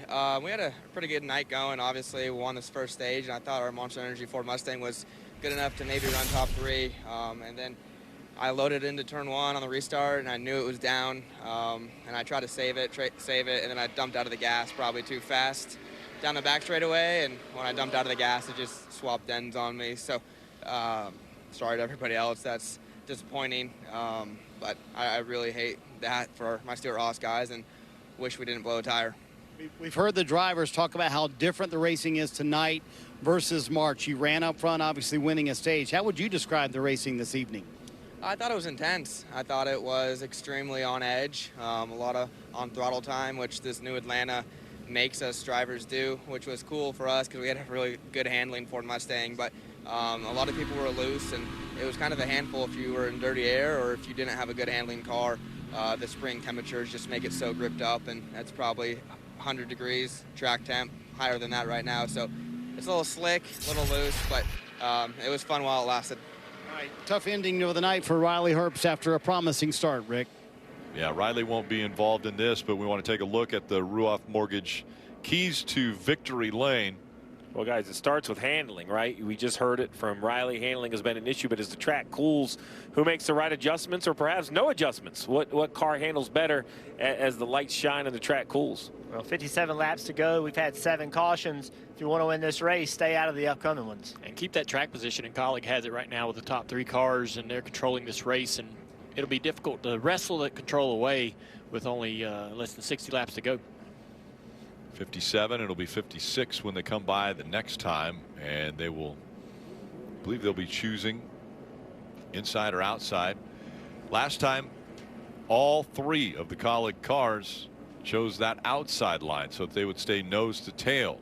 Will they do the same when they come by this time? Yeah, I think we got to give a shout out to that 38 car, Joe Graff Jr., sitting there running in 4th. Really good job getting himself in this position.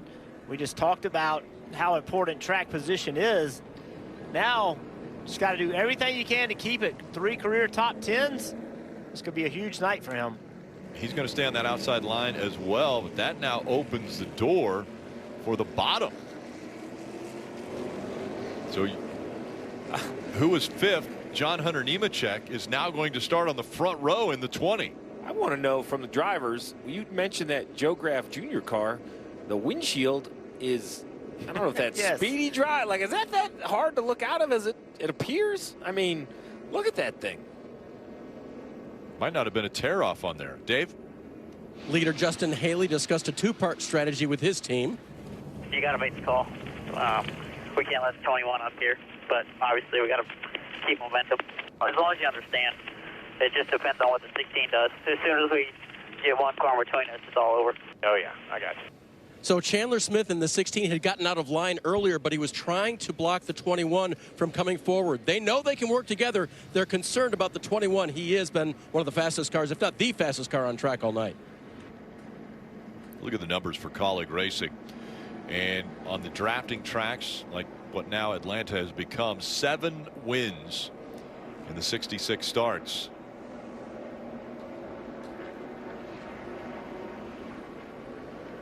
Those 7 wins have all come in the last 18 races on these drafting type tracks.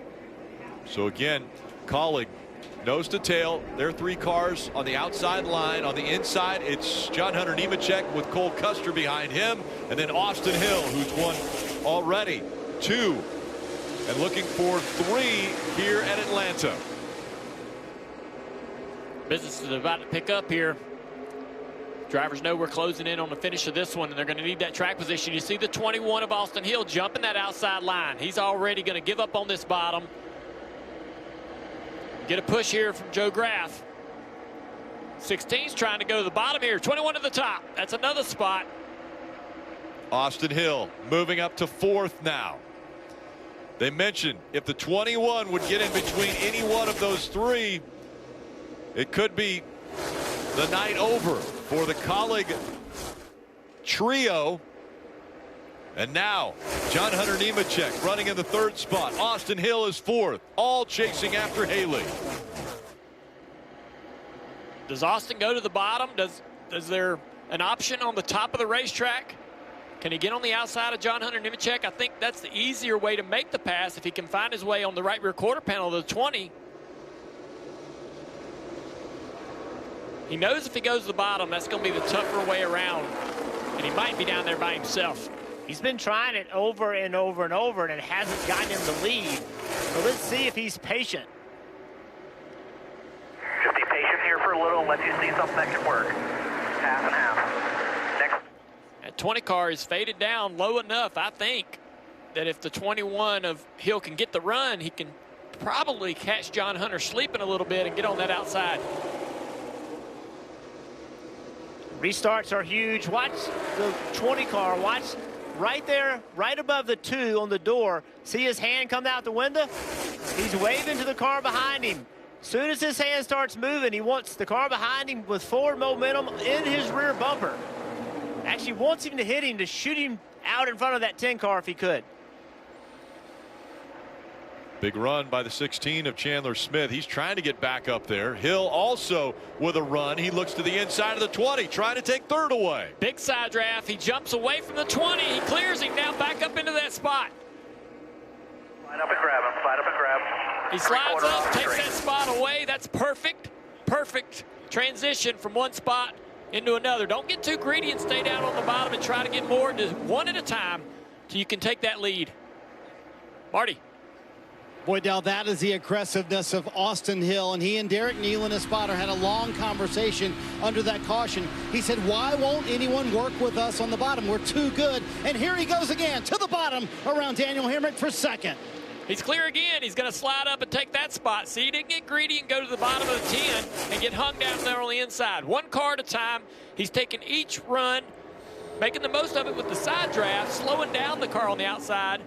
But this time, the problem is the 11 car is teammates with the 10 car. So anything the 21 does now, the 11 is going to do the opposite. So there's not going to be any help coming to him. He's been making this happen by himself. There's no question. The moves he's been making has been great. But there is no help coming from that 11. With 49 laps to go, he's going to have many, many opportunities with really massive runs on this leader, Haley. Right now, there's not a run materializing, but there will be moments when the runs are just too good to pass up. And he's going to have to be aggressive. You see how tight he gets to them to side draft him. It's sweet. It shoots him forward, pulls the car beside him, behind him. He's really, really aggressive with that, but that's what makes him so great at these racetracks. And he just makes moves. He doesn't think about the move. He just feels the run and knows it. He's confident in the run. He's confident in his car. And he just goes out there and does. No plan, he just does. He's really good at it. But the guy in front of him, Justin Haley, is as well. Between the two of them, they've combined to win 8 of the last 16 drafting type races. So the very best in Xfinity are 1st and 2nd right now. And Haley made the comment before they even went back to racing. He said, what we can't have is the 21 getting in between us. Well, that is exactly what the 21 has done. Well, and as good as Austin Hill is, as we see a battle right here with the 31 and the 16, you know, Andy Street has given Austin Hill quite a car to drive as well, because you could see, Dale, you've taught this when you drove that 88 back years ago, how long the run takes, right? He gets a little push and the run for like a lap. The 21 just keeps rolling forward. It doesn't lose momentum. He can get closer to the 10 with little to no help than most any car in the field. A lot of good racing going on back here. Cole Custer, Graff Jr., Chandler Smith. Brett Moffitt right there in the white 25 at the bottom of the screen getting in the picture.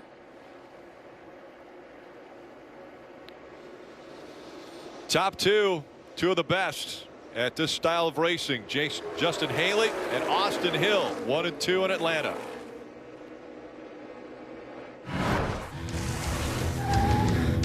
It's orientation day. Welcome to the team.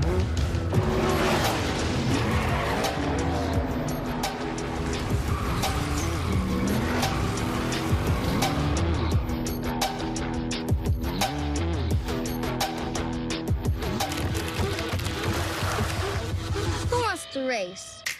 I like this team. Be part of something greater. Toyota. Let's go places. Moving this summer? Join the 6 million families who discovered a smarter, more flexible way to move with Pods. Save up to 30% off until July 10th. Whether you're moving across town or across the country, save up to 30% at pods.com today. This week is your chance to try any Subway footlong for free, like the Subway Series menu. Just buy any footlong in the app and get one free. Everyone loves free stuff, Chuck. Can we get paid in a footlong? Get it before it's gone on the Subway app. So it's decided. We'll park even deeper into parking spaces so people think they're open. Surprise. Can't hear you, Jerry. Sorry. Yeah, can we get a system where when someone's bike is in the shop, then we could borrow someone else's? No. Or you can get a quote with America's #1 motorcycle insurer and maybe save some money while you're at it. All in favor of that? There's a lot of buttons and knobs in here. There's a thin line in the NASCAR Xfinity Series between winning and losing, between being the future and being past, between headlines and tailspins, between making history and being it, between the sweet taste of victory and the fumes of defeat. In the NASCAR Xfinity Series, there's a thin line between being a name they know and being a name they'll never forget.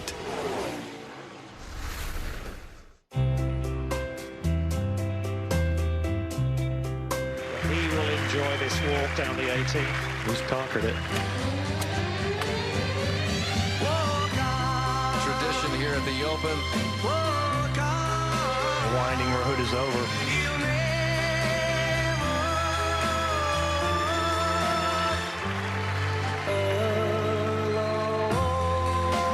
An absolute triumph.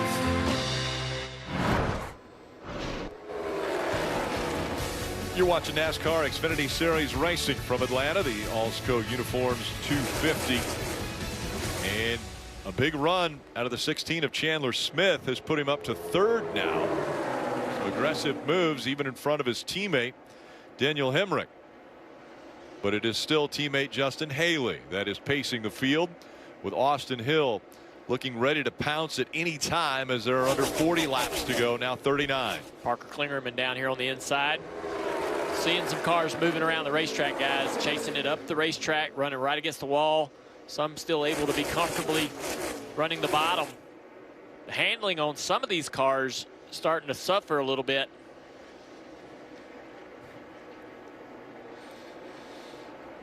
'16 car right here. Chandler Smith making some great moves to the bottom of the 20 right here. He gets up beside his teammate. Didn't think he was going to make this pass happen, but slides right in front of Hemric. I don't know that Hemric was wanting to let him in because he pushes him all the way down the straightaway. Yeah, Parker Klingerman right here still talking about him. Gets a big run on that outside. 18 car, Sammy Smith just says, hey, I'm not going to let you get that run. Just pulls up in front of him. Oh, that's frustrating as a driver. You got a lift right there. It's going to be a big wreck. Somebody who's lifting is that 21 of Austin Hill. He's trying to put runs together. Backing up a little bit to Haley, packing up these cars behind him, and he's trying to create a run right here. Jumps to the outside. Haley blocks it, now to the inside. Can he clear? Haley's got the help, and his teammates behind him. 3 Kaulig cars. I just didn't like that move. I just think that was a desperation move. You got 3 Kaulig cars right there running together. You know they're not going to help you. You've got the fastest car with 37 laps to go. It wasn't the time. It wasn't the place. He's really good. He's really good at this, but I did not like that move. How does he form up with someone else? You say not the time, not the place. When is the right time and when is the right place? Well, the problem was he had the 16 of Chandler Smith behind him, and Chandler kept giving him a push, an air push. And I just feel like he fell into the trap thinking, hey, I got this big run. And as soon as he got the run, Chandler Smith said, I'm not helping you anymore. And now you have 3 Kaulig cars running first, second, and third. Just You just have to recognize the situation you're in. You're just up against it, and you know the reputation of the Kaulig drivers. They are going to help each other. We'll see if Austin Hill can battle his way back. He was all the way up running in the second position, but now has dropped back to sixth. Yeah, we get to see him go back to work and try to figure out how to get around these cars, put himself back in that position, Jeff. Look at him. What a run. I mean, he just flies up there. I was going to say back to work. I don't think the 00, the 20 are going to take as long, but then he has to get to that trio of Kaulig cars, Marty, and start picking them off one at a time. And Steve, here's been the frustration for Austin Hill all night long. It's very evident nobody wants to help him. He's going to have to do it on his own. Junior, you've been in this spot before, so now that he's fallen back, I love the phrase you use. He's got to go back to work. How does he go back to work? Clearly, he's going to have to do it on his own and pick his way from 6 up to the lead. I think he jumps on the right rear of that 00. He's got a fast enough car and handling well enough to catch that 00 backing up.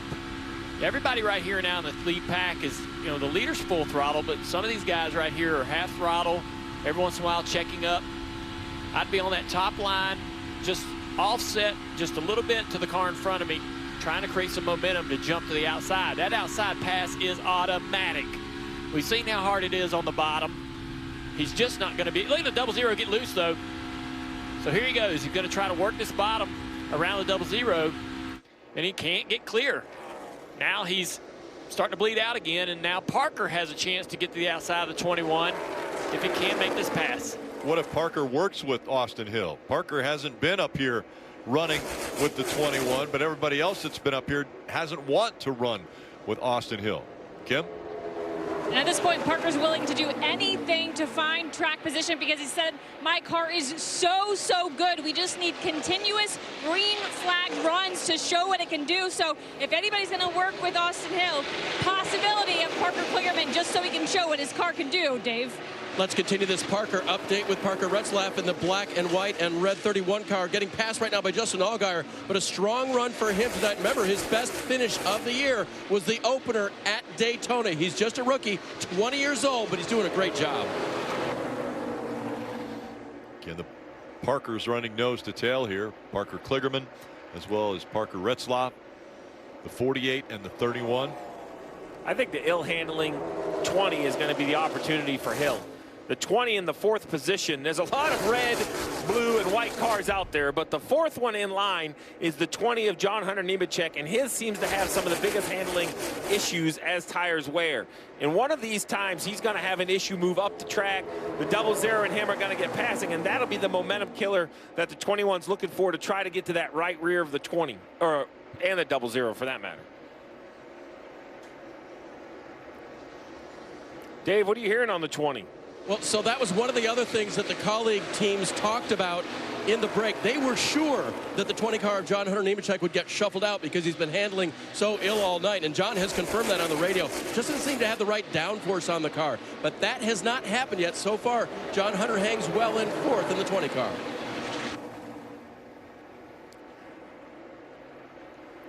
Looking for opportunities. Well, how about the slower cars, the lap cars that they're going by now? We'll see if that creates an opportunity. It doesn't slow down the 10 of Haley at all. Haley running strong up front as his teammates Chandler Smith and Daniel Hemric running right behind him in 2nd and 3rd.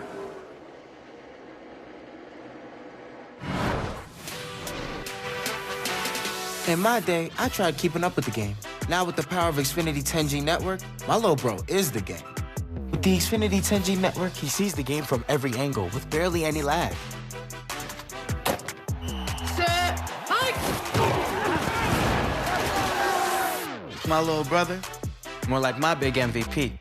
Xfinity is a game changer. Introducing the next generation 10G network, only from Xfinity. The future starts now. Ashley's Stars and Stripes mattress sale is happening now. Right now, you can save up to $500 on new mattress arrivals like the Tempur-Breeze and Purple Luxe mattresses. Plus, pay 0% interest for 60 months. Shop and save today, only at Ashley. When you look back on this day, you might remember the heat wave or the strawberry shortcake slush float with crunchy sugar crystals. Greg, however, will never forget the homemade water slide incident. $2.99 strawberry shortcake snowball slush float. Mmm, Sonic. I watched my first race yesterday. You're on the team, kid. It's orientation day. Hey, new guy, let's get you up to speed. Lunchtime.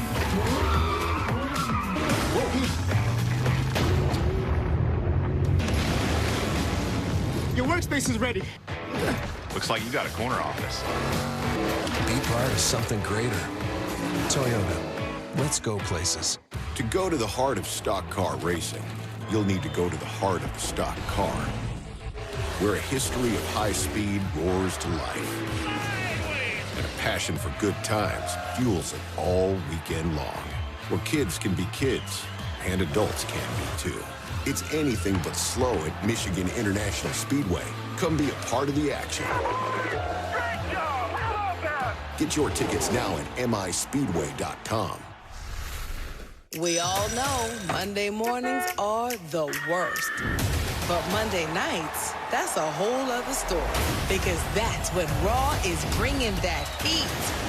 So you better be watching Raw, only on USA. July 25th, CNBC teams up with two-time NBA champion Kevin Durant and Boardroom for Game Plan. Join this event exploring opportunities in sports and business. Register now at cnbcevents.com/gameplan2023. Less than 23 laps remain here in Atlanta for the Xfinity Series as Haley continues to lead. Chandler Smith running second. Daniel Hemric is third. Hunter Nemechek hands full behind the wheel of the 20. He's in fourth. And Austin Hill has just gained a spot. He's in the top 5. And Austin's really not being able to get back up toward, the second, third spot. Multiple laps are going by. He is running out of time. And there's not a lot of help behind him. You see the 00, the 48 of Parker Klingerman. They're not able to get up there and help him put any runs together. That's going to make it difficult for him. He's going to have to find a way around these cars, and he's got to do it by himself.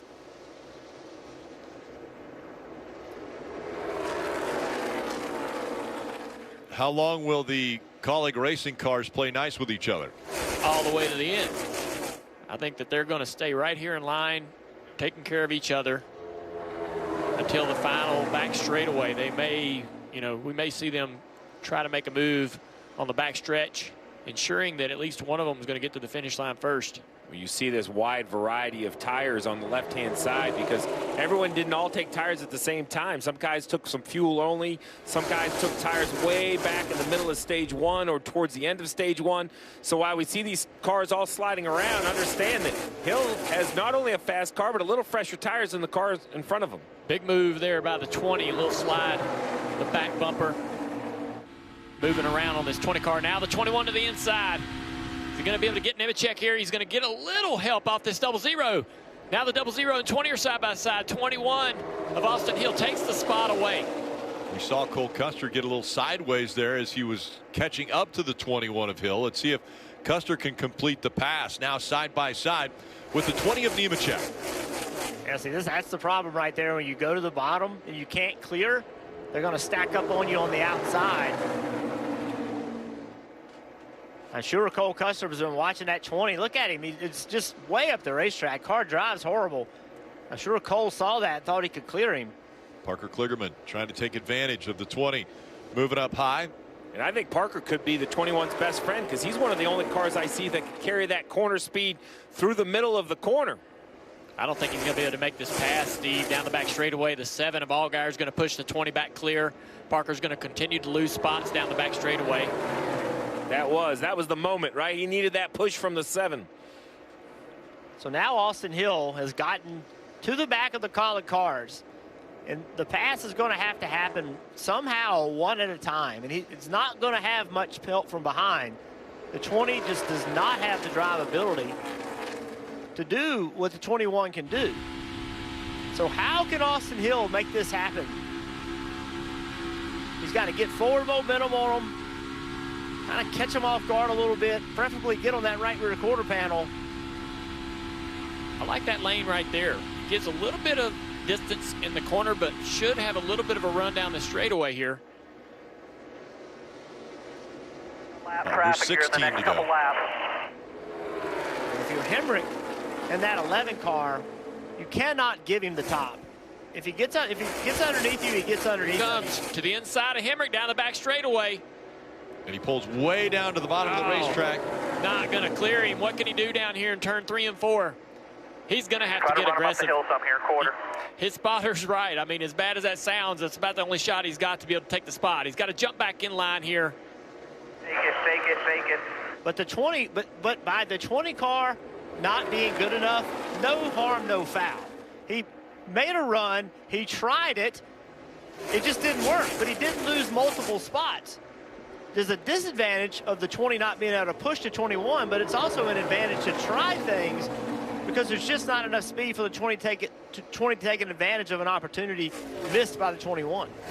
Dale, you said it the best. If I'm the crew chief of the 11 right now, I'm letting him know if the 21 passes us on the bottom, okay, but you cannot allow him to get to your outside because that's a free pass for the 21. The 20's right here too, Steve. This could be an opportunity for the 21 to put something together.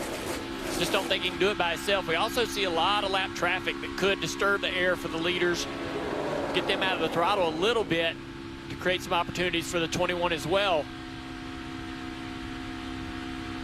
Lap cars once again coming into play here. The whole time, Justin Haley, it's not easy, but making it look easy, probably easier with two teammates behind you, but Justin Haley just continues to lead this race up to 64 laps. Before Austin Hill became the best at the super speedways in the Xfinity Series, that was Justin Haley. He was, in my opinion, the best super speedway racer, the best drafter in this series. Then he moved into the Cup Series full time. No surprise to see him successful tonight. I thought he would be the one to be able to take the fight to the 21. Well, Dale Jr., he's going to love to hear that because he stopped me on pit road a couple weeks ago after you said you thought he might win a championship in his career, and he was shocked. He thought that was the best compliment he's ever had, so you put that one on top of it. I might get another text message from the driver of the 10. Well, he's led more tonight than he did in all 4 of his wins combined. So Justin has been a guy that's been able to execute at the end, not really dominated races. Tonight he's been dominating. Now he's going to have to try to win while leading rather than coming for second or third. It's a different mentality winning a race like that. When is the right time to block? How do you block?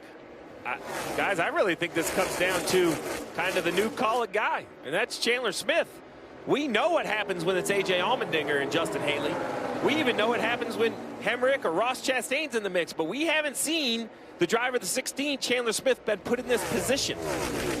Hemric comes down, running in front of that 21 of Austin Hill. Look at the lap traffic, Rick. Side by side in front of these guys. They're going to be able to sort it out. Get to the bottom of the racetrack. Yes, they do. Less than 10 laps to go. Teamwork and morality is getting ready to be tested right here. A crossroads is coming. And the help behind the 21 is still there. Nemechek in the 20, the 7, Allgaier. They're still there to give Austin Hill opportunity or a chance or a run or two. You have to imagine that maybe, like you said, Steve, you know, the Kaulig cars do get a little dicey in the last few laps. That's sort of going to create an accordion effect. It's going to cost him a little pace. Might present Austin Hill the chance he needs. 4 times before, Kaulig Racing has finished 1 and 2 in races. They've never finished 1, 2, 3, and that's the way they run now. Under 9 to go, coming up on 8. Austin Hill backing up to those cars, creating a run down the straightaway. Look at the help behind him. Starting to get more help, getting more organized. Thought they were going to drive away from these cars and the 21 wouldn't have anyone back there, but it's not over. They're grouping up again. Now Hill has the 20 of Nemechek right on his back bumper. Here comes Allgaier in the 7 to give Nemechek a shove. 7 laps to go. Just feels like a pressure cooker, doesn't it, Rick? Like it just can't stay this calm for this long. You think this is calm? Well, I think it's calmer than it's going to be over the next 6 laps. 21 with an opportunity here. He's right at the back bumper. Does he go to the inside? Really no run right now. So if he goes to the inside, it's just going to be almost impossible to have a pass made. He's going to have some kind of momentum helping him from behind, from that 20, the 7, the 48. There's something to check up. Yeah, this lead group. You know, if there are some lap cars that are in front of the lead group, that could change the momentum. The gaps are getting tighter between all these guys. Austin right there on the back of the 11. He's up the racetrack. Here comes Austin to the inside. Is he going to try anything here? He's right on the back bumper of the 11. Hemric had to get out of the gas right there. He's getting shoved down the straightaway. He's not liking that. Come on, real tight with you. Let him go right there into 1, but oh, look at that. Oh, 11 is loose.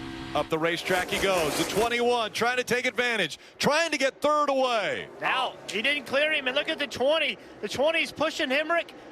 Now the 20's on the outside of him. The 7 trying to get there. Look at this move, though, by the 21. Lap traffic coming into play again. Oh, the 7 almost loose. Parker Klingerman in the back of Allgaier. 4 to go. Oh, a wild 11 there. These guys are out of shape. Daniel Hemric trying to just hang on right now. And Austin Hill's thinking if just somebody would go with me. Anytime I go to the bottom. Nemechek has gotten by him. He's up to 4th. Haley now with a 4-car length lead over Chandler Smith. That is a big lead. Let's see what Chandler does when he gets to him. Haley's trying to drag. Oh, we got a spin right here. Sideways, the 24 of Parker Chase. He's kind of on the entry to pit road, though. He might spin at pit road. We're staying green. Here comes the 20. The 11 gets loose again. Big run down the back straightaway. 21 involved as well as he gets a run. Now he peaks up high, but no opening. The 48 gets to his back bumper and around goes the 21. Stay in the gas, keep off the wall, stay in the gas, stay in the gas. Caution comes out.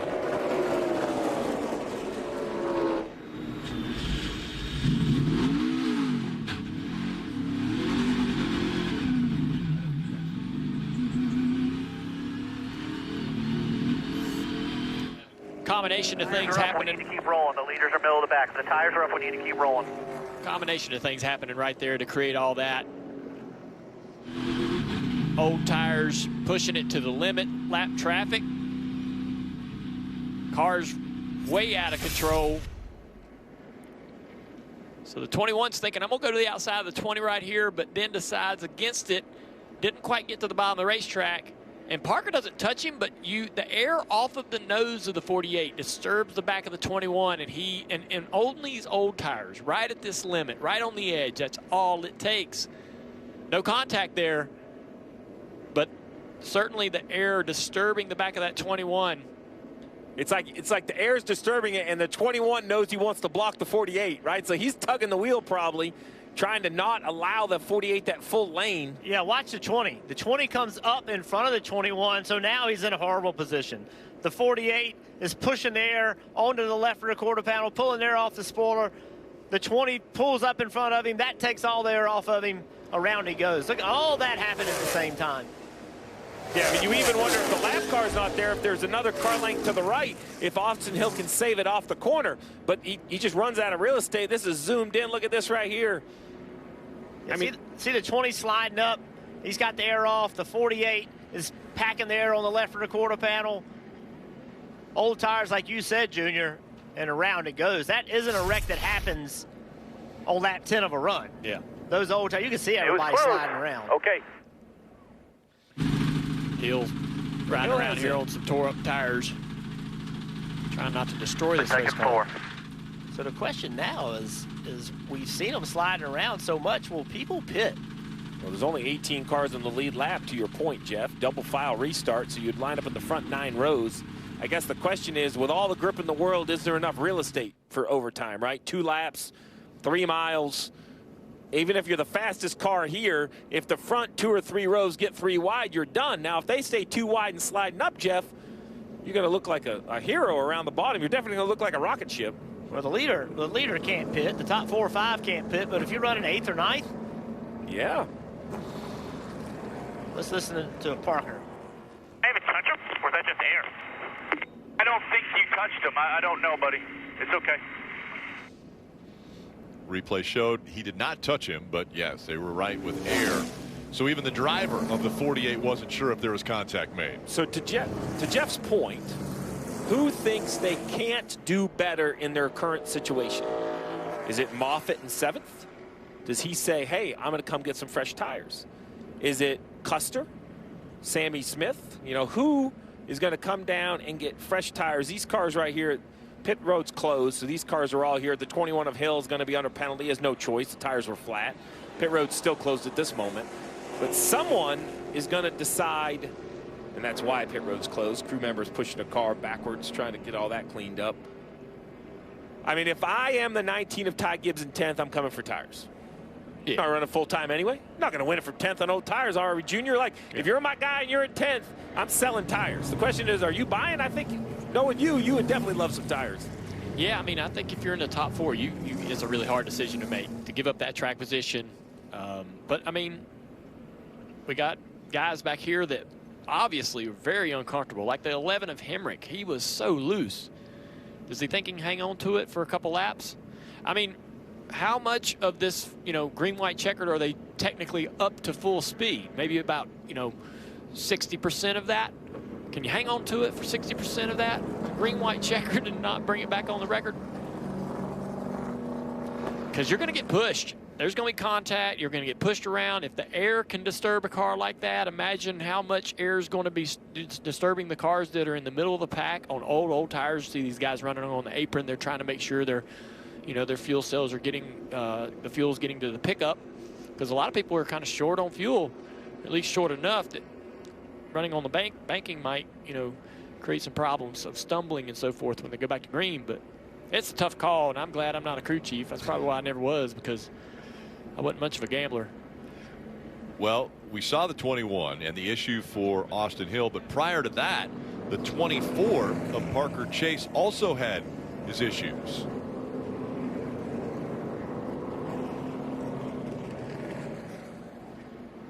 I thought pit road was open. I thought we were going to see some takers there.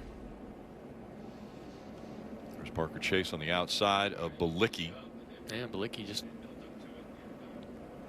gets into the left rear there. Not sure if the 24 was coming down the racetrack. Were they side by side down the back straightaway? What was everything that happened to lead to that moment? But harmless spin, but it does put us in a precarious situation. So we talked a lot about tires, but you mentioned the cars on the apron. Let's talk about fuel. There's been 23 laps of yellow. This is the 83rd lap. We thought they could go 75, 23 in yellow. So I'm saying they've gone like what would be equivalent to 73 green when you do the math. So all of these cars are close to fumes. They think they're going to be okay, but they're running on the apron, to Dale's point, to make sure that the fuel sits down into the pickup on the right side. If you sit up on the bank and the fuel's picked up in the right corner, so gravity will push the fuel to the left going slow. Going fast, it'll sling it to the right and everything's fine. So they're all making sure the pickup stay full. You don't get an air bubble because then it will stumble on the restart. But, there's a lot of assumption that goes into fuel. Are you sure the car was completely full in the last pit stop? I mean, I don't think anyone expected for quite this many laps of overtime. And Dale, you mentioned, hey, how much of the 2 laps are you at full speed? The follow-up question I would have is, how many times are we going to try to run 2 laps? Right. That's the other thing that could possibly happen.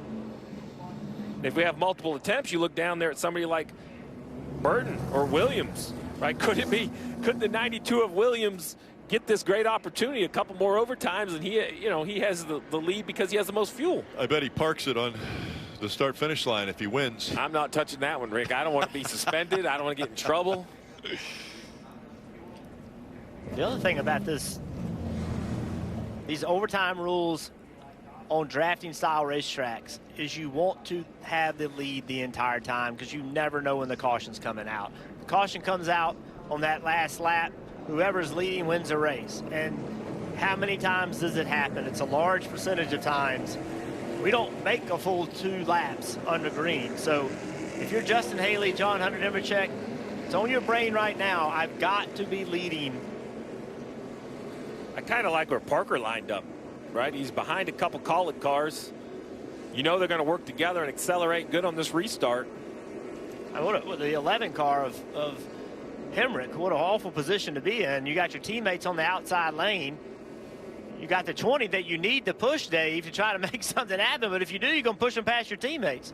Later, Justin Haley was told to, quote, save like a pig. That means he is close on fuel. Also, then he told a team over the radio, make sure behind me that Chandler Smith knows the deal. A team win is hugely important, Kim.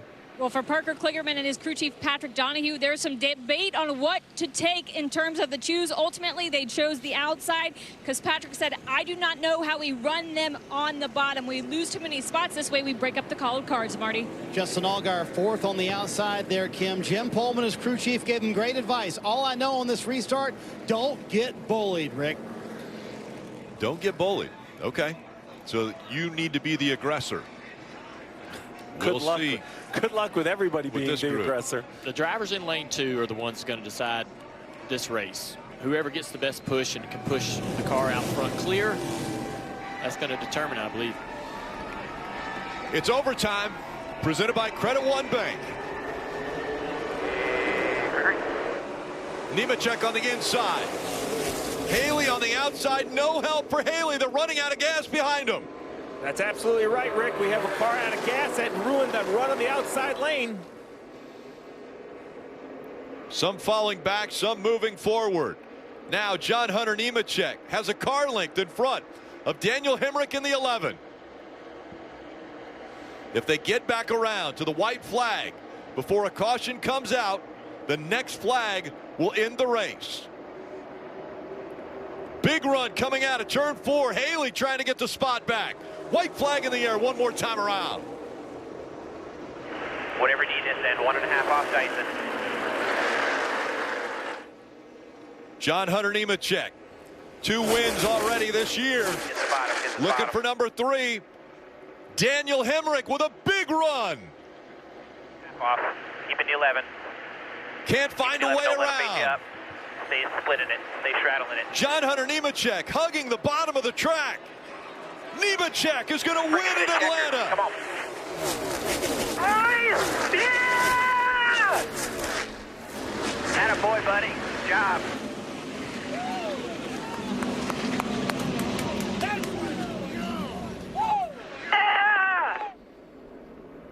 Awesome work, Tony.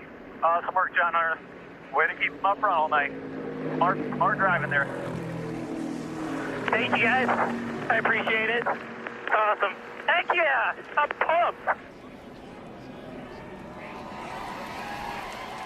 5 wins for John Hunter Nemechek. He's been a little bit of a journeyman in his NASCAR career, trying to find the best opportunity to show his talents. And that right there was a spotlight on the talent of John Hunter Nemechek.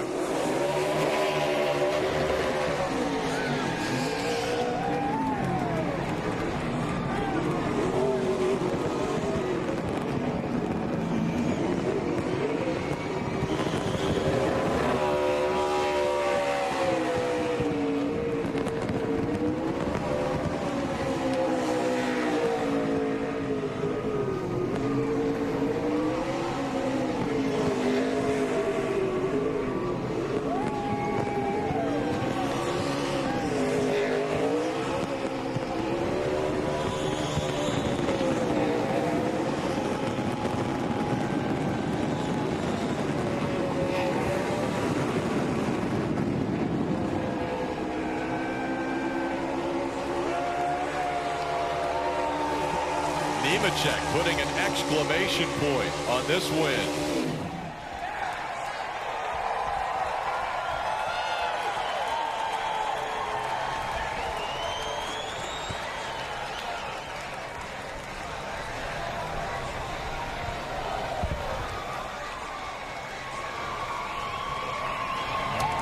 The 26-year-old climbing out of the car.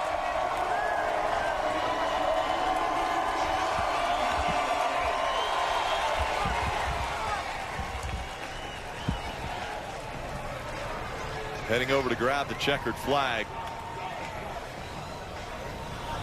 3rd win this season.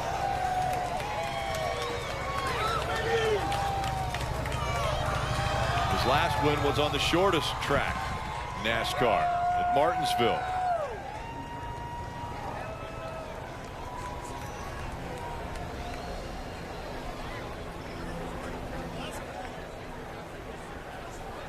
Kim's right there with the winner. And John Hunter grabbed the checkered flag, like you said, walked back to the car. What a burnout. What a race. You've won at Atlanta. Let's talk about the overtime and the restart. The Kaulig cars, they had strength in numbers. How did you hold them off? I got a huge push from the 11 there, so thanks to Daniel for giving me that huge push. But, man, hats off to all of this 20 team. Early on in the race, if you would have said that we would have won the race, I definitely would have told you that that wasn't going to be the case. We didn't have the fastest car tonight. It wasn't quite as fast as Xfinity 10G, but I'm really proud of this whole 20 team. First win for Mobile One with me at JGR, won with them in the Truck Series. And, man, this is special. Glad Aspen and Taylor are here where you get to go celebrate. And thank you to all the fans that came out tonight. I appreciate you guys. The track started with the sun still out and then went to darkness. How much did it change, and how much were you having to keep up with what it was doing? I don't know if the track changed a ton. We just had to keep making our car better all night. We were... You just wake up? And his wife Taylor's going to come join them and his daughter Aspen to celebrate in her PJs. And a high five for Dad. Yeah, we just had to keep making our Mobile One Toyota GR Supra better all night. And Ben and the guys did awesome. They made the right adjustments all night, got us to where we needed to be, and came down to an overtime finish. And luckily, we were able to execute on that restart. So thank you to all the guys, men and women at Joe Gibbs Racing. I'm proud to be the one holding the wheel of this 20 car. And man, truck win for Toyota, Xfinity win for Toyota. Toyota boys have some work to do tomorrow. Congratulations. Thank you. John Hunter Nemechek, a winner at Atlanta as he continues to celebrate with his family. That's pretty cool. Taylor and Aspen both down there to celebrate that win with him. And now he has 3 wins on the 2023 season, tying him for the most. But it wasn't without a lot of hard work. He didn't have the best handling car all night long, but in the end, the right moves were made. And as he mentioned, got a little help from the 11. John Hunter Nemechek celebrating in Atlanta.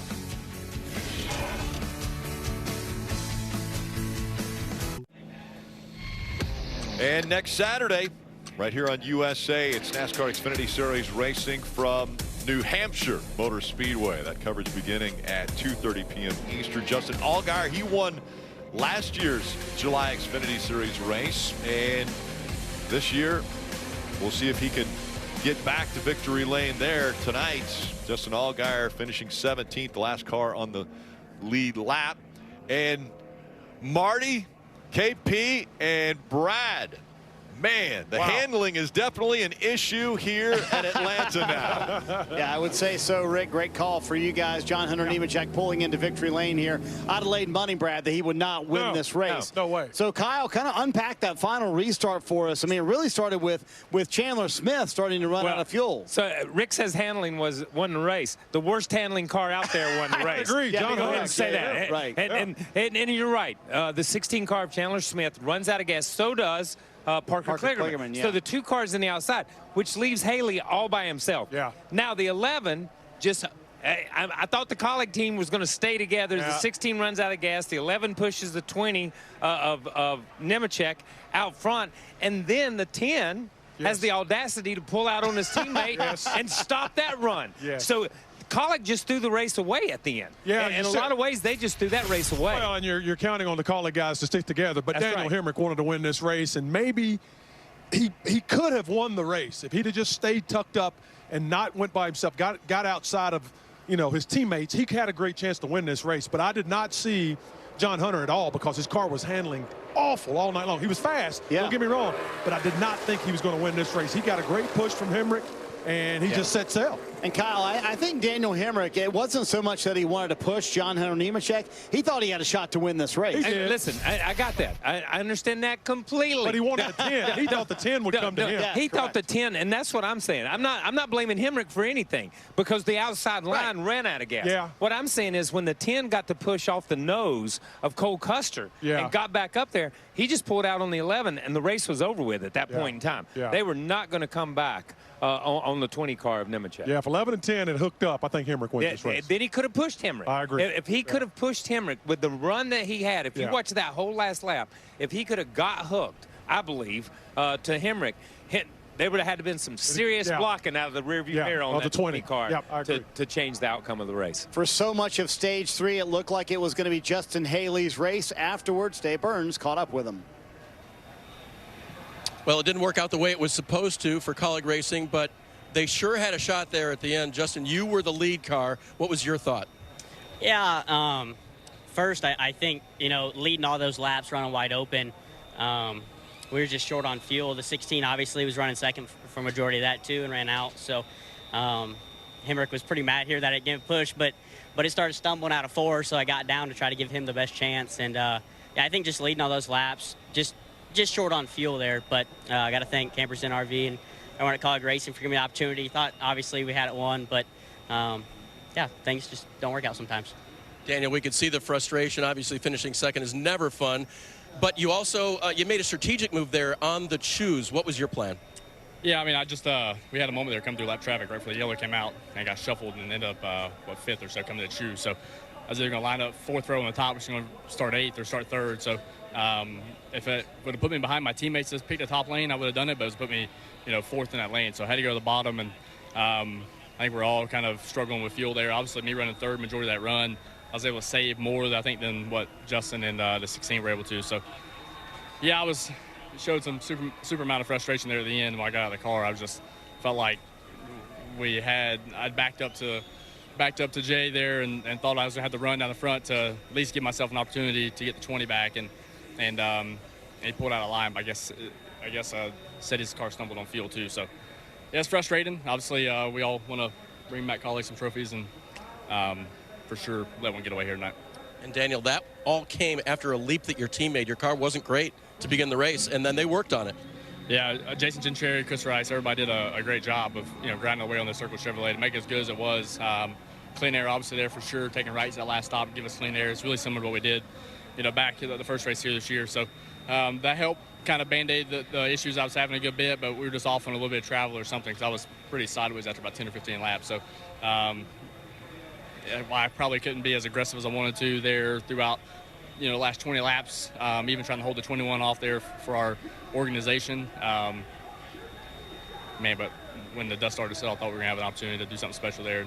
Headed for Circle. We had a big group here, wanted to give them the victory lane, and fell short. Dave, second in both races for Daniel Hemric this year at Atlanta. Kyle, does Daniel Hemric have a right to be mad? Yeah, we didn't even have to turn the volume up. The body language said it all. The body language said it all. Haley acknowledged it. We heard Hemric acknowledge it. End of conversation. They should have worked together. Kaulig depended on them to work together, and they didn't. I would love to be in that Monday conversation between the Kaulig drivers. It's going to be very interesting. The driver who wound up in victory lane, Hunter Nemechek, here in Atlanta tonight.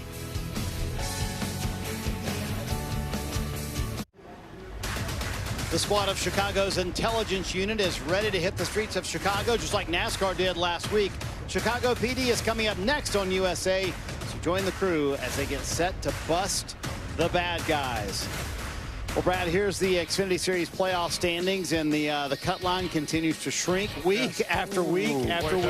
It does. It really does. And I'm looking all the way down. Parker Kligerman bounced back, and he had a tough spin early in the race, ended up finishing 8th tonight. He's right within striking distance, as well as Brett Moffitt. He's still in the hunt. So there's another winner out of this group, guys. I'm telling you, as we go through these next couple of weeks. Cole Custer wound up 3rd. Afterwards, he caught up with Dave. Cole Custer ends up 3rd, and it wasn't for lack of effort getting up there. Tell us about those final laps. Man, just chaos. I mean, we're all kind of wondering if we're close on fuel or not. We're all running around the apron, and then you're just praying, if nobody runs out of gas, and half the field did. So we did a great job saving fuel, and JT and the guys did a great job on the fuel mileage, but just didn't have a ton of help there at the end. Once you try and make a move, you just kind of get shuffled back. But it was fun. I mean, we had a great car. We just didn't really have things play out right. And I thought the C's were going to part there at the end for a second with everybody running out of gas, and we got it up to 3rd. But good run. We'll just keep it rolling. And I heard at one point, I think it was a 21 asking if you could help him, but you couldn't quite get to him. How frustrating is it not to even be able to push a guy sometimes? Yeah, I mean, they got some pretty impressive stuff going on over there, and you got to have help behind you to try and push you to the next guy. So it's just circumstantial. All right, winner last week, top 3 this week for Cole Custer. And a top 5 finish for Sam Mayer. And I asked you how your day was. You said a day. You don't know that you belong here. What were you guys fighting throughout the course of the race? I mean, we really just kind of were hanging out, and I think we got shuffled out a couple times and got put back in the crap. And obviously that one time really got us good, and the nose is killed on this thing, but it's still as fast as Xfinity 10G is. And I mean, this accelerated team, we have a lot of adversity. We fight a lot of adversity, have a lot of grit, and get a little lucky here and there is really nice, and that's why we're here in the top 5.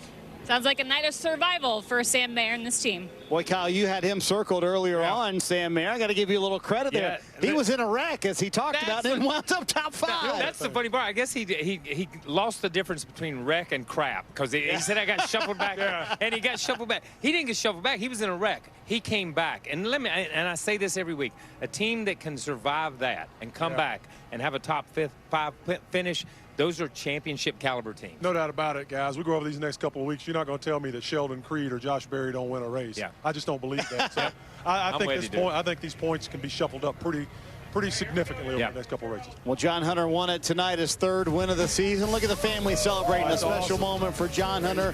When we come back, we'll talk about the Cup race tomorrow. Eric Almirola is on the pole. Boy, if you thought tonight had some drama, Brad, wait till tomorrow night. It's going to be unbelievable. Cup Series, less races to go in the regular season for the Cup Series. Only 8 to go and a lot on the line. And some guy named Elliott, I don't know. I've heard of him before. Good. Yeah. He's pretty good. He's pretty good. He has not won yet this season. He is the defending winner of this race. You want to see if he can back that up. Countdown to Green starts at 6:30 right here on USA. Cup Series race, and then we'll have post-race as well. Just like we're having now for the NASCAR Xfinity Series. So that begs the question, Brad. I mean, there'll be, a ton of fans here tomorrow. They're all going to come in with the same question. They're all going to be Chase Elliott fans. Absolutely. Can he defend the win from last year, you think? Well, I haven't seen the consistency since he's come back from his injury. Does he have the team? Does he have the equipment? Does he have the ability? Absolutely. But the consistency's not there, and we've seen it over the last few weeks. But he is an uber talent, and it's going to come through at some point. The cream will rise to the top because he's a hard worker. We heard him last week after Chicago saying it was my fault. I didn't do a very good job. How many stars say that anymore? So it can happen tomorrow, no doubt about it. It's the Hemric organization. We know these guys are capable. It's a wild card race. We just saw a wild card race right there. So why don't we expect the same thing tomorrow? So all the arrows and all the things are pointing to yes, this could be, but it would be an upset because they've not run well enough to be there so far. But we know that guys like Chase Elliott, teams like Hemric, can take it to another level at the drop of a hat. The drop of a hat. So tomorrow night, all these people that show up in blue number 9 hats, blue number 9 Dawsonville. Come on down. Bring it on down, baby, because it might happen. It could happen tomorrow night. So the Fords dominated qualifying here in March. They dominated qualifying again. Are you surprised the rest of the field didn't catch up? 8 of the top 10 blue ovals tomorrow. I'm not surprised. I think it's – listen, when I drove – long time ago, there were a lot of racetracks that were Ford tracks and Chevy tracks, and there was a dividing line right there. It just matches the Ford torque band. It just matches the Ford engine, and it matches their aero package. For whatever reason, when they changed this track to this combination, it just fits right in their wheelhouse. So, no, I was not surprised. Yeah, I think they came in very disciplined. They've been a little bit off on power, and they've struggled with that, so they've been working on that. They come in here disciplined, not overly trimmed out. They all performed well. Chevrolet's come in here. Those things were wicked out, man. And you saw it, guys couldn't drive them. Can I throw another name at you? Absolutely. How about Kevin Harvick? I mean, he loves this place, his final race in Atlanta. That means so much to him. Tonight, we saw chaos at Atlanta Motor Speedway. We saw some desperate moves. And the guy who had maybe the worst handling car at the end of the race wound up winning. John Hunter Nemechek, win number 3. Chicago PD is coming up next here on USA. And you can always catch more motorsports coverage on NBCSports.com. We'll see you tomorrow night right here from Atlanta on USA.